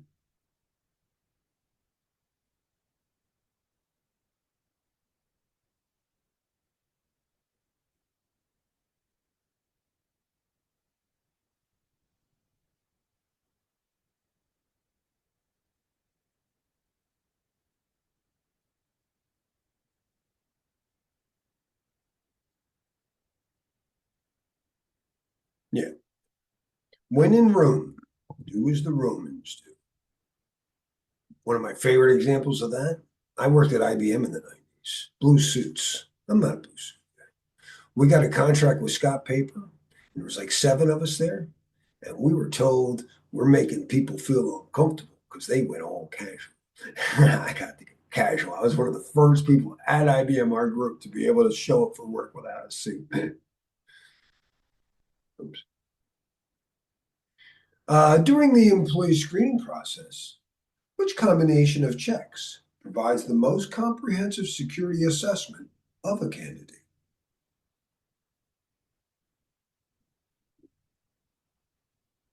Arpita, there's a word that you love to tell students to look for that really negotiates everything, doesn't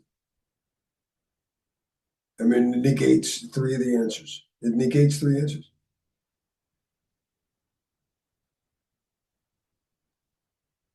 The all-encompassing word, is that what you're talking about? Oh, that's right. That's pretty much rules out them. Anytime they say just do this only, you pretty much Yeah. doesn't make sense, right? And I will, and I'm sure like if you've already taken the exam, you might agree or you might concur, but the exam questions, they're not written in the best possible way. Like you will not find every question and say, wow, this is a really well written question. Most of the time it is ambiguous. You want to read it a couple of times. You will get the right answer eventually, but it is not going to be extremely straightforward. Very few questions are going to be that way. So make sure you assess every word and try to eliminate the wrong options because they are oftentimes very close and they are many times not entirely incorrect. You'll see partially correct answers where they start very strong and then they add something at the end that makes it the wrong answer. So make sure you read through. So true. You're reading, oh yeah. And then you didn't get to that. And everything else, you know what I mean? And it's so true. They do it on a lot of questions. I noticed it a few times on the recent exam where it's like, well, up until there, you had me. One sticks in my head. It was for SQL injection attacks. I was looking for input validation, and only one answer had input validation, but it said do input validation, strict input validation to ensure that they're at the client. I'm like, no, not at the client. They need to just use something else. You had me. So then I had to go, well, none of these say whatever uh, input validation, but then I saw predefined forms. Oh, well, that would make sure that that's the only thing they could submit would be, all right, so that's the answer. You're so right. So I look for like the well-known described. Everyone says you got to do that. You know, to get non-repudiation, look for the one that says digital signature, but the last line on there didn't, negated the answer. All right, so we really covered this, the risk management, and hopefully we can get through this. But it is really the big takeaway from this to me. If you keep in mind the overall goal is just to maintain the acceptable risk level. Keep it down in the appropriate amount of time and money. Don't waste time and money. Right. So don't only look at metrics of how much you spent doing it or how much did I waste so I can make it more efficient the next time. But the overall goal is all about understanding how to reduce the risk of doing that process, of being a hospital, being a bank. So the threat are the things that could cause loss of value. Your assets are what you value. I value my guitars. I value whatever my family. I value my retirement. The vulnerabilities are the fact that these things are not perfect. There's nothing's built perfectly to where it can't break. And then we have to identify both the threats. Really identify my assets. I identify the threats, and I identify my vulnerabilities. And now I understand my risk. I could say assets times threats times vulnerabilities equals risk. Doesn't mean it's very likely or that it's going to do anything bad. So that's what analysis is for, impact and likelihood. Now, I don't like the way they word this because when we assess, we're assessing by doing identification, analysis, and evaluation. We're going to evaluate ways to respond or treat it. Again, I could treat it by stop doing it. I could treat it by whatever learning to how to drive, by wearing my seatbelt. I could treat it by planning my routes. We're going to look at the different ways we could prevent. I could prevent by not hiring. I could prevent by using a firewall. I could prevent by using whatever, a strong door. There are physical, administrative, and technical ways to prevent something from happening. But I want you to consider, if I have a safe and it prevents anybody from getting to my safe. Do you know they're not rated like prevents forever? Neither is an encryption algorithm. If I encrypt my disk drive, I'm saying I'm using AES 128. You can't get there till 2065. You're safe. If you have a home safe, it's probably rated for 15 minutes with the best tools in the torch. Please know, it's common knowledge, no preventive control prevents forever. It's just a delay. It will slow them down. Now, if it slows me down by 60 years, probably going to mitigate all those problems. Detect is when I can detect the fire. I have smoke detectors and noticed it, but I got to do something about it. When I don't like this word here, but when I do something about it, I have to, let's say there's a fire and Bob is breathing in smoke. When I respond, I have to, one, get Bob handled. Then two, how did this fire get started? Corrective really just deals with the second. We must not have a good enough control. We should tell people not to do that.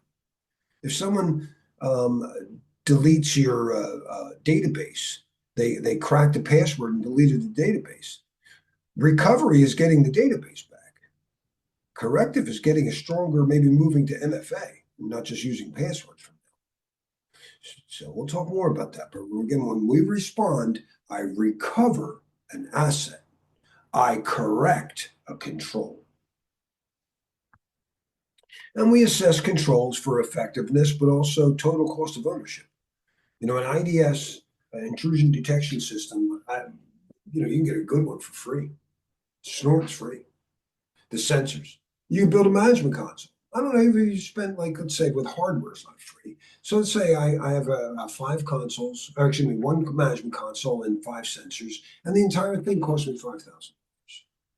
They don't run themselves. I need a human. He's at least 6 figures. And he wants vacations. They don't just come in a 9 to 5. Now I got 3 shifts. I've got 5 people. I'm spending $500,000 on the total cost of ownership. Now, an IDS just looks at things. But if I have like an IPS or a firewall in the middle, it's probably also slowing things down. I used to get 10 transactions an hour. Now I'm down to 3. So there's a lot of things about it controlled that can be costly to the business.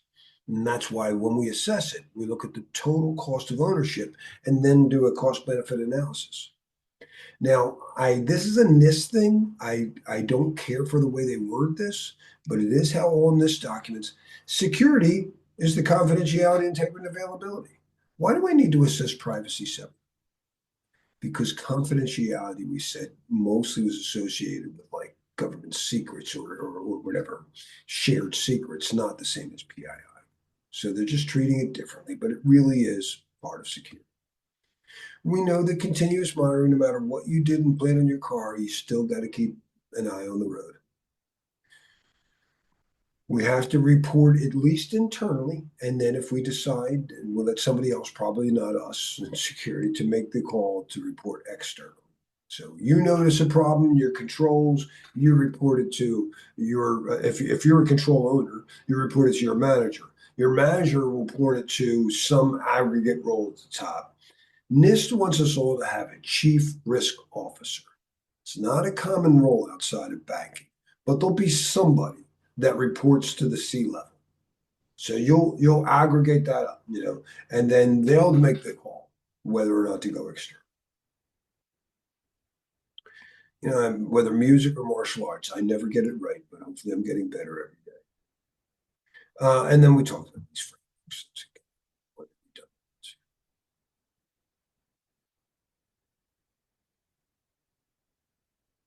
All right, let's take our last break and then let me pause here.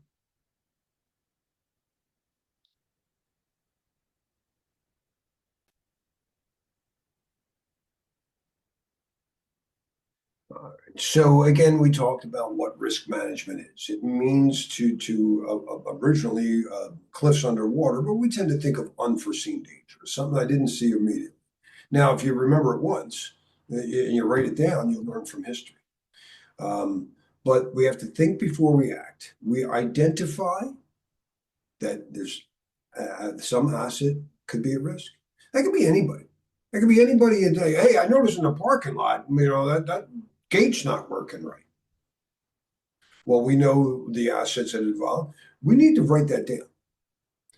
I don't know where they are on the exam yet, but you need to register, and that's called a risk register, as soon as you identify a risk, no matter who identifies. Now, if it's the gate, we might also identify its physical security owns that.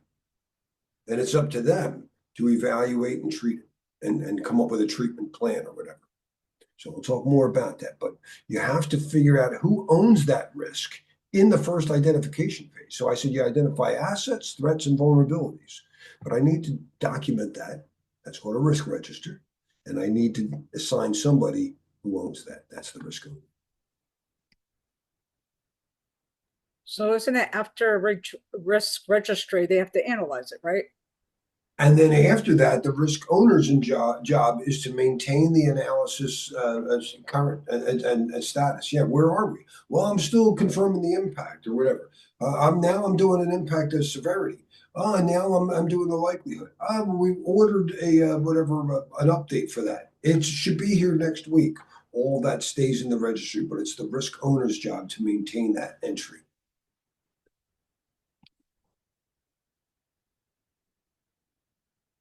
Some people were getting actually, what are the 3 steps of risk assessment? So just remembering that there are 3 steps. Identify, analyze, evaluate is a good start. So the first step, what is the asset? Is it physical? Is it technical? Is it logic, data? The threat is what could go wrong. It could get wet. Well, how's it going to get wet? Well, that leaky pipe overhead. That's the threat source. Is the threat source an internal user, or would that be an external hacker or whatever?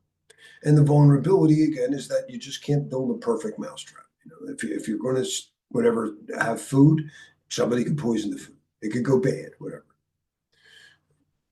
Somebody be allergic to it. So not necessarily, that's why it's in green, not necessarily on the exam, but very important in real life that somebody's going to own this. Now, if it's data, it's the data owner. If it's a control, it's a control owner. So it depends on the asset at risk. Data owners are what we mostly service. The people who have that data in their custody, whether it's while it went through the network, on the disk that they manage, right? Those are custodians. So custodians can own the risk, sure.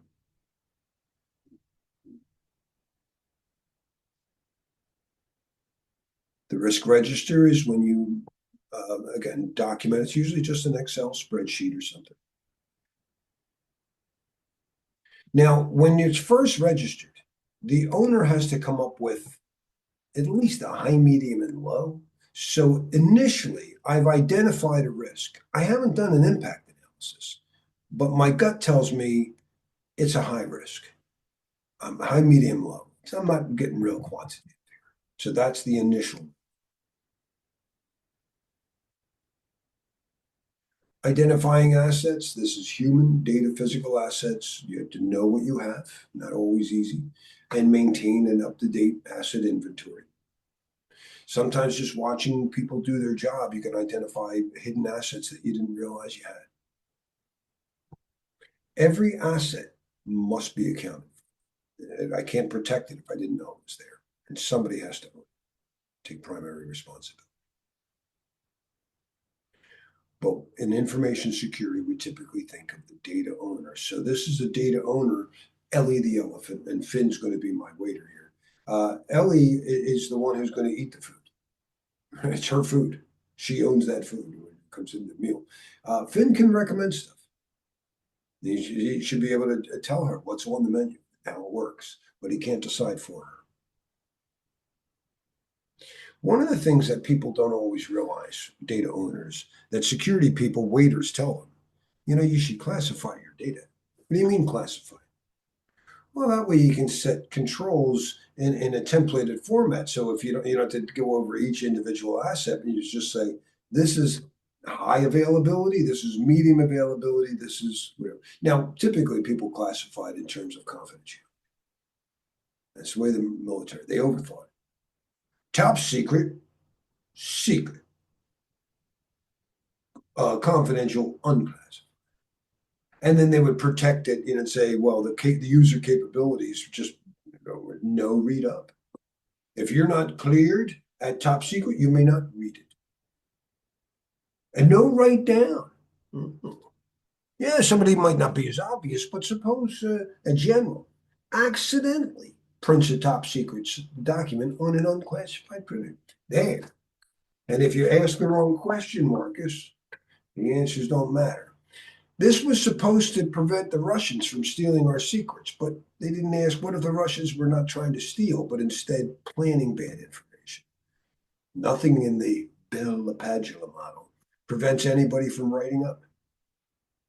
They were worried about Russians stealing secrets. Now we got a bunch of stuff at top secret that doesn't mean anything. So we had to classify, and this recommends you better think about integrity too and availability. So today classification really should be, it's up to you. If you're not military and you're not following someone else's classification, you set up a meaningful classification. I would consider confidentiality and integrity and availability. I would consider high, medium. I'm the waiter. I'm recommending you should do something like this. It's up to the the user, the data owner, to decide, I don't know if I need that many levels in my classification scheme. The classification scheme is how many levels and how does it work? If you only need 5 levels, do 5 levels. If you need more levels, you do more. If you don't know, do less. The least amount of levels, the simpler your controls, the simpler it is to write procedures, the simpler it is to read procedures. But we don't just determine classification. Something could be high confidentiality, top secret, whatever, in the Treasury Department. And somebody else has top secret clearance, but not for Treasury. So we don't just set up hierarchical classifications. We really should set up vertical compartments or horizontal compartments. And that in NIST is categorizing data. And I say this because most tests, most prep still will just say classify and they mean both, and that's all you need to worry about. But if you see categorization, oh, that's better. Because that includes classification as well as compartments. Now, for each thing, I have to say, as an owner, I don't want to say Bob can read. I want to say the sales department can read. They have that capability. I call them permissions. That's what Microsoft calls them. It was the old Bill LaPadula model. Well, in Europe, and when we're talking ISO documents, in the Queen's English, we call them entitlements. If you're a member of sales, you should be entitled to read the sales. Whatever, by whatever means. You're a waiter, you have to understand, yeah, I know you meant. And you're like a waiter when you take your exam, and they're like somebody, the test is like somebody who doesn't use the words on your menu. And you have to figure out, oh, I know you. It's one of these 4 items. What makes up the value of an asset? Well, what makes up the value of that guitar? I like the way it sounds. I like the way it looks. You don't see that color green too much. No, it's whatever you can produce with it. But sometimes you're required to have it. You gotta have it. You can't, you're not allowed to run a car without a muffler. What would somebody else pay for? What's your house worth? Pretty subjective, isn't it? When I maybe make a claim to insurance, I go, they stole my guitar. What's it worth? Oh, it's $1 million. What is it? A Gibson Green Les Paul robot, 2008? We can pick one up here for $1,000. Yeah. All right, so maybe they'll go with replacement cost, but how do you replace my reputation? How do you replace Bob's finger? So we do our best. All right, SB 860, one of my favorite docs, is a great, and there's, before you ask, are there any NIST numbers on the exam? I don't think so. If ever, it's 53 maybe. But don't just think of confidentiality. Think of integrity. Think of availability. This is the schema. We suggest it. We let the data owner, once they understand how this works, set the schema.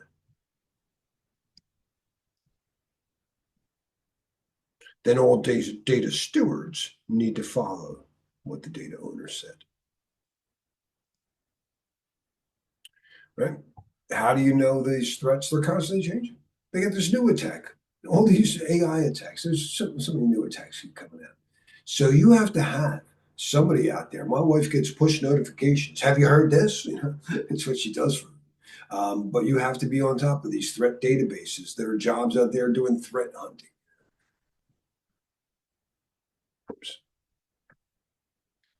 Vulnerability scanning is really not finding a threat. It's finding if you're vulnerable to that threat. But the truth is, they know about every threat, and when they update the vulnerability scanner, you're checking to see. So it does find.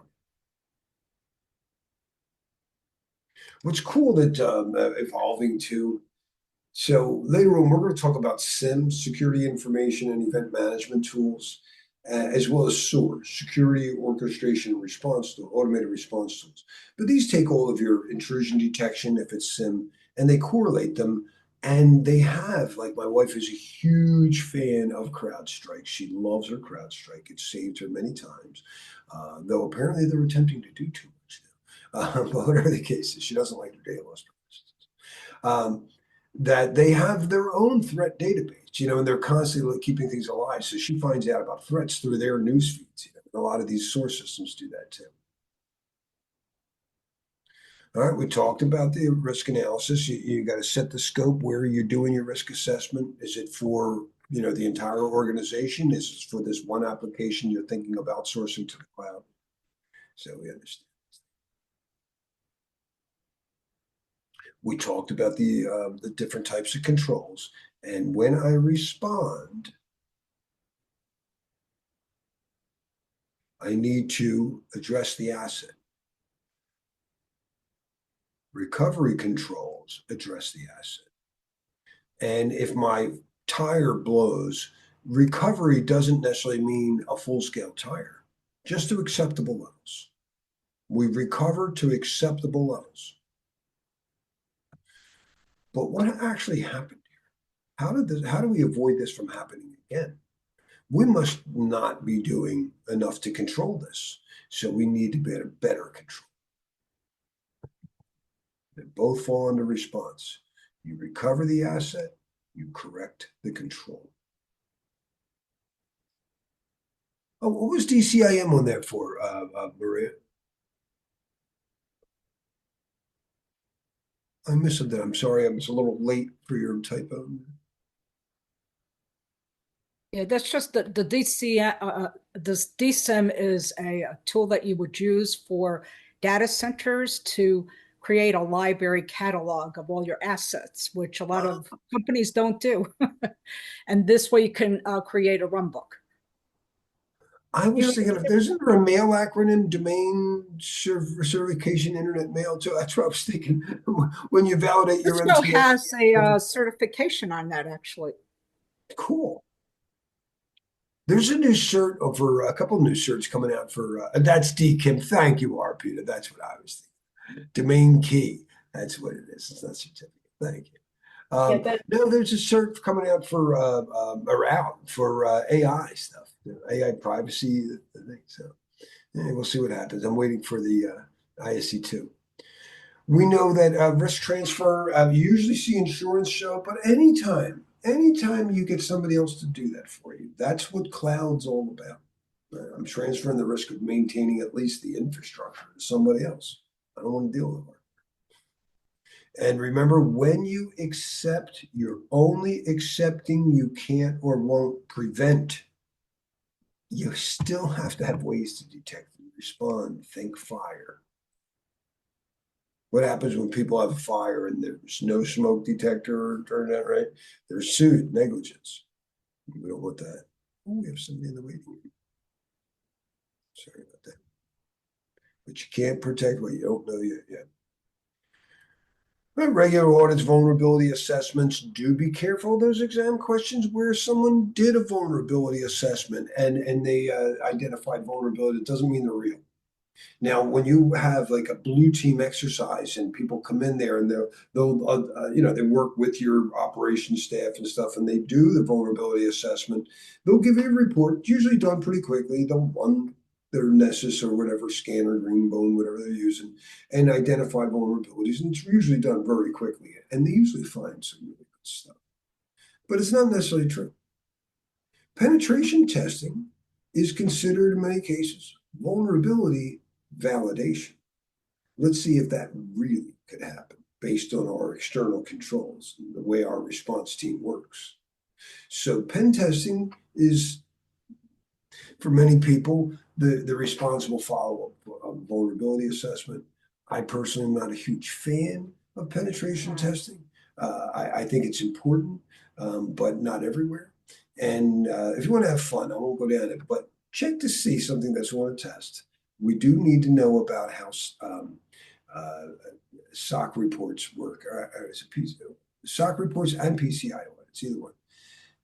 Check to see if a pen test is required and see if you can get a straight answer. I find most people don't really know. Now, my wife is required originally, she was told they had to have a yearly penetration test, red team exercise. These colors show up on the exam. So vulnerability assessment, I said, was a blue team. Penetration test by a red team. I've worked with a lot of military guys. They do all kinds of crazy stuff. And it sometimes ends with a gun pointing at a guy's throat. You're supposed to be here to freeze. Hey, if you reach in my top pocket, you'll see I'm doing a test. It's a bit much for the average company. So people backed off on it. And they now call them purple team exercises.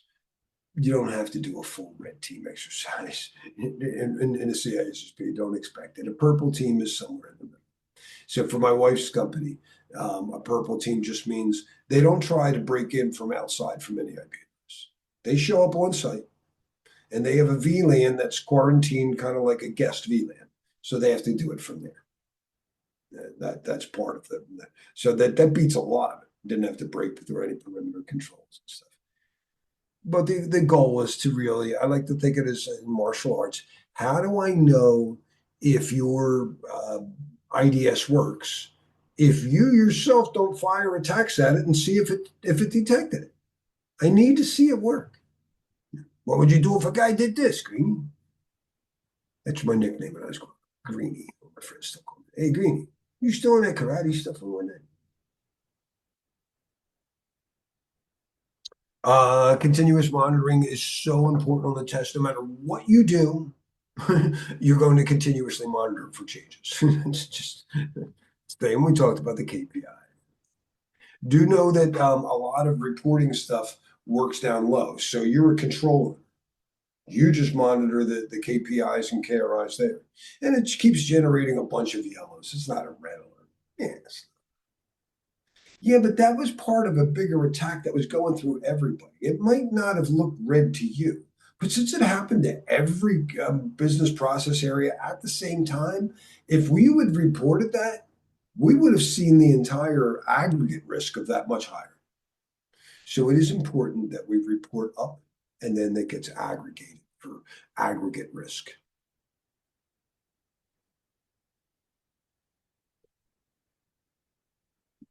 Internal reporting, we report to managers. External, that's probably not our job, but somebody might have to report, and there might be times, especially in incident management. So when we get into incident management, your primary goal is to mitigate the damage. So someone tells you, hey, I think we got hacked. All right, first of all, did you really get hacked?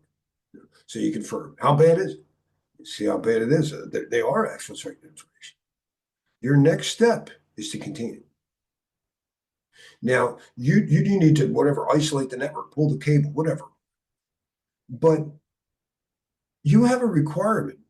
After, well, let me go back. You detect, you analyze, you contain, you eradicate. Now, maybe it was a machine got corrupted, and then I recover. I get people back to work, and part of the recovery is to report.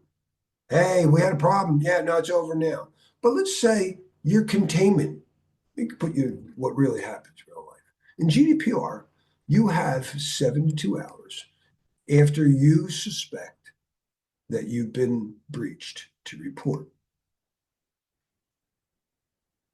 Average time to detect a breach was 204 days, and I had 72 hours. How long did it take to contain it? 73 days. On the exam, I saw nothing that went that. So my first priority was containment. Notification happened later. It's in recovery. But in real life, if I'm taking 73 days to contain, I notified GDPR within whatever 69 days. But remember that we always try to contain the damage, stop the fire, stop the bleeding before you start calling people. Hey, we had a fire here. Incident reports, we can remember incident, if you didn't know, is always a man-made intentional. For some reason, the word just means a point in time. But lawyers have just decided that when we say incident in cybersecurity, we mean someone intentionally.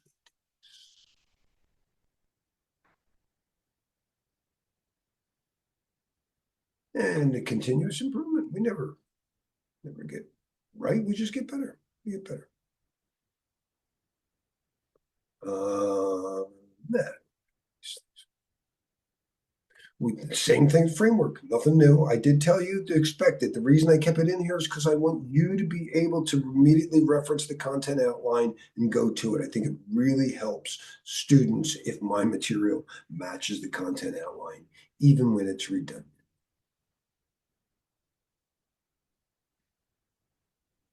After implementing new security controls, a risk manager wants to ensure their effectiveness.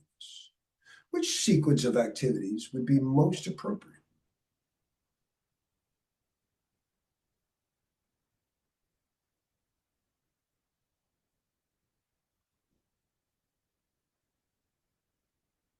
Nobody was fooled with that one. Continuous monitoring. Can't take your eyes off the road. Which type of security control is implemented primarily to address underlying control deficiencies after an incident?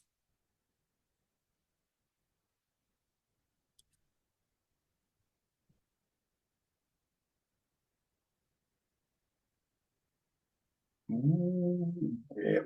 Recover the asset, correct the control.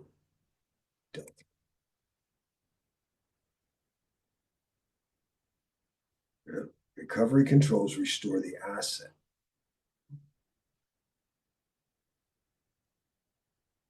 Somebody just Yeah, this is a really good question, and it helps understand the difference between the types as well as what you would do first, which is really a lot of what the exam is about. You have a number of options. What do you do first? What is the most important? Where are you in the life cycle? And what is your next step? Like for me, I felt like the exam was mostly about combinations of these type of questions where you have to understand where you are in the cycle and you need to figure out what you need to do next. And that is the I most can't agree. So many things, any scenario, you had to know where in a cycle you were before you could possibly. And a lot of times it's really tricky. It's like you knew you detected a problem and you had to read, wait a minute, have they confirmed yet that any data breach happened?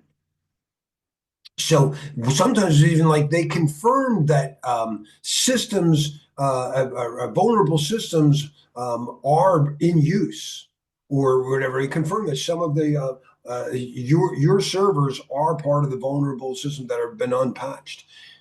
Doesn't mean, or even it shows an attacker was probing them. Doesn't mean any data was exfiltrated. So we have to be careful. Don't jump to conclusions.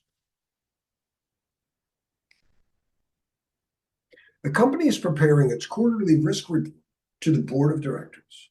Which components should be included in the report to provide the most valuable executive level insights?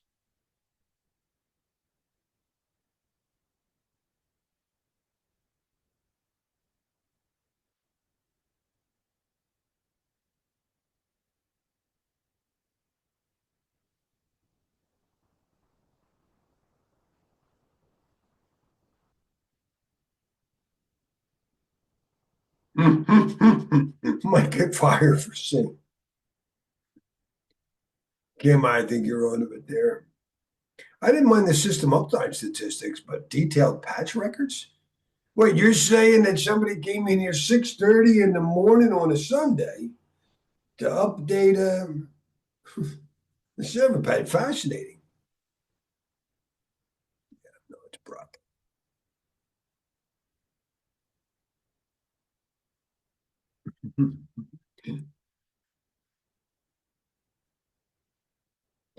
Our threat modeling, just different methods. I do recall it. It's been on the thing for years, the STRIDE. So do know what that stands for.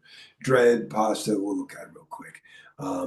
But this is really, and a lot of it is in architecture too. So we'll see some of this in architecture.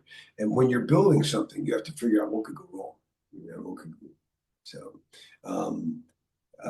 in this way, when you design something, I thought of that. I already thought of that.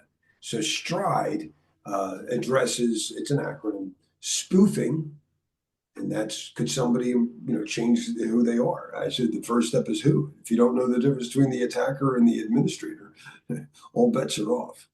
Tampering. Could you tell if someone are you hashing it? Whatever. Some way to tell if it was tampering. Repudiation, digital signatures. That's pretty much the only thing that does it. At least in the technical. Information disclosure. Is there somehow other information that maybe not needed to be there? I don't even know why we're collecting that. So you would watch for privacy by design. That you're like, I don't even know. Maybe we don't need to collect this data. Then that way I don't have to protect it. So be careful. Minimize data minimization. Just take the least amount. But information disclosure can have a few different ways. Clear text when it should have been encrypted. Whatever. Denial of service. Right, be careful because any hacker will tell you there's just no way to prevent it. Hello, we don't see the slides changing. You don't see 1.10? Oh, okay, you're on 1.10. Okay, I thought you were. Yeah, no, I'm looking at the D in STRIDE. Okay. So spoofing, tampering, repudiation, information disclosure, denial of service.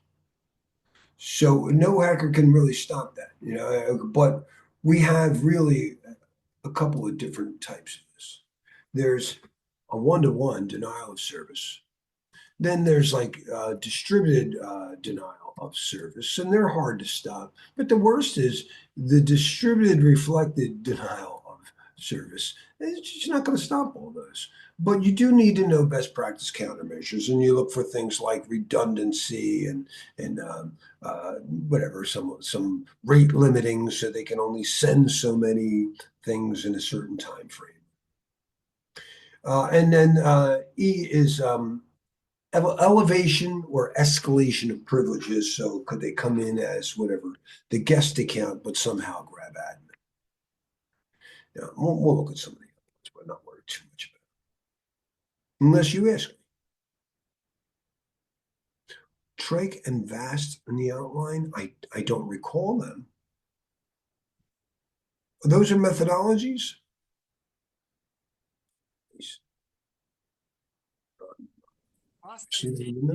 Modeling for the agile, tailored to the agile model, something like that. I think I read in the study guide, but I'm not sure where I pick up. I only remember these. So we went over this. Dread model, you assess what could go wrong, how bad is it? And reproducibility, I do remember this time, or maybe it was in practice exam, how realistic is the threat? Oh, I know why it was, because someone, they could crack a TPM key, not the private key, but the TPM on your machine. You see some on a evil maid attack. TPM hack evil maid. But the realistic thing of the ability to reproduce it is not easy.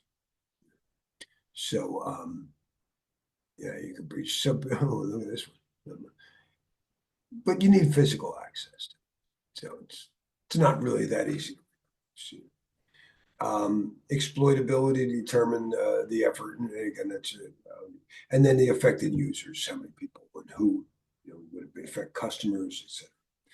Pasta, what is the overall process? What are they attacking? The vectors, we can simulate it, yada, yada, yada. The big deal. But they've been talking about Stride for a while. In the Microsoft Stride threat modeling methodology, what does the E represent?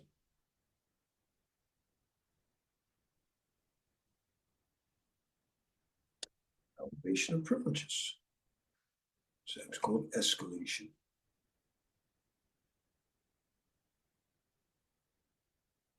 The security architect is starting a threat modeling exercise for a new cloud-based payment processing system. Which is the first step they should take?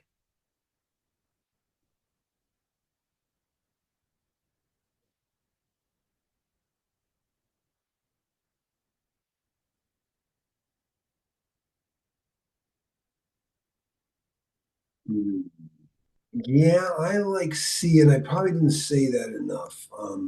You need to figure out where the data flows. So let me figure out what is the system doing and who's moving things around.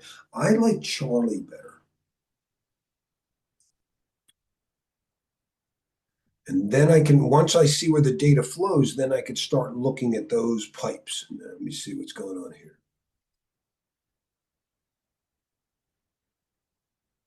And it's back to your point, Maria. You can't protect something you didn't know. Is that right out of MITRE? Yeah, so you would just build it out for your infrastructure in anticipation of what can happen, right? Mm-hmm. So. I mean, I think it really goes to your point that you've made a couple of times here, that how can you protect something you don't understand? So this helps you understand how things work, and then you can figure out, then so we need to put controls here, here, and here.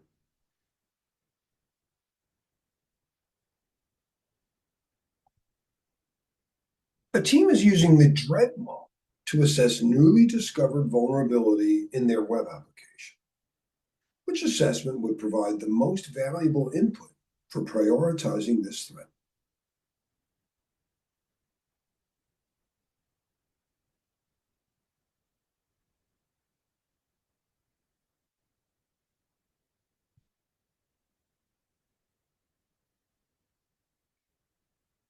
There you go. Exploitability and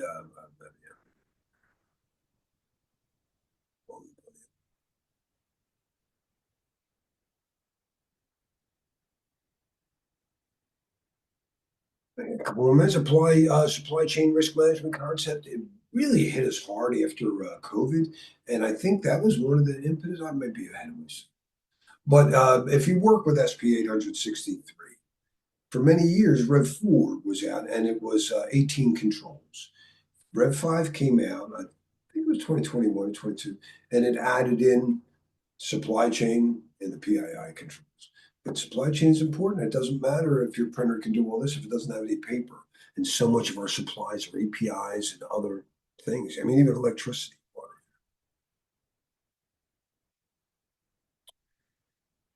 So, oh, there was something on the S-bomb back there. Did we miss it? No, okay. All right, so maybe it's a software. So you want to understand that the supplies, and sometimes the product was tampered with. I remember going back I think 20 years ago, a Compaq, if anybody remembers Compaq, they were acquired by HP. Compaq, a diagnostic disc that was tampered with before, and it was spreading viruses on people's machines. Came from the vendor. Obviously, the counterfeit stuff, hardware implants. Who was just talking about the robots that they're building the parts in China? And how do we know that these robots aren't going to have unauthorized hardware? I'm more likely that they will. So whoever said that, I am so aligned with you. The supplier trustworthiness, and there's, anybody can have a bad day, but sometimes we have issues. And then just understanding, we talked about the supply chain and making sure that what we're getting is good. I might be buying Cisco routers, and Cisco's good, but who am I buying them through?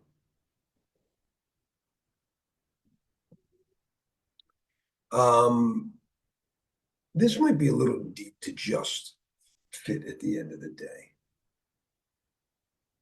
Yeah, I'm going to pause here. I'm sorry, but just the Silicon Bill of Trust, because I'm really into every Silicon Bill of Trust. I'm really into this. I'm sorry, I'm a big fan of my FIDO2 keys, and it relates a lot to PKI and why I hate everybody's blockchain wallet and crypto wallet. So let's save it. I'm gonna pause the recording. I'll stick around and for any questions. Pause.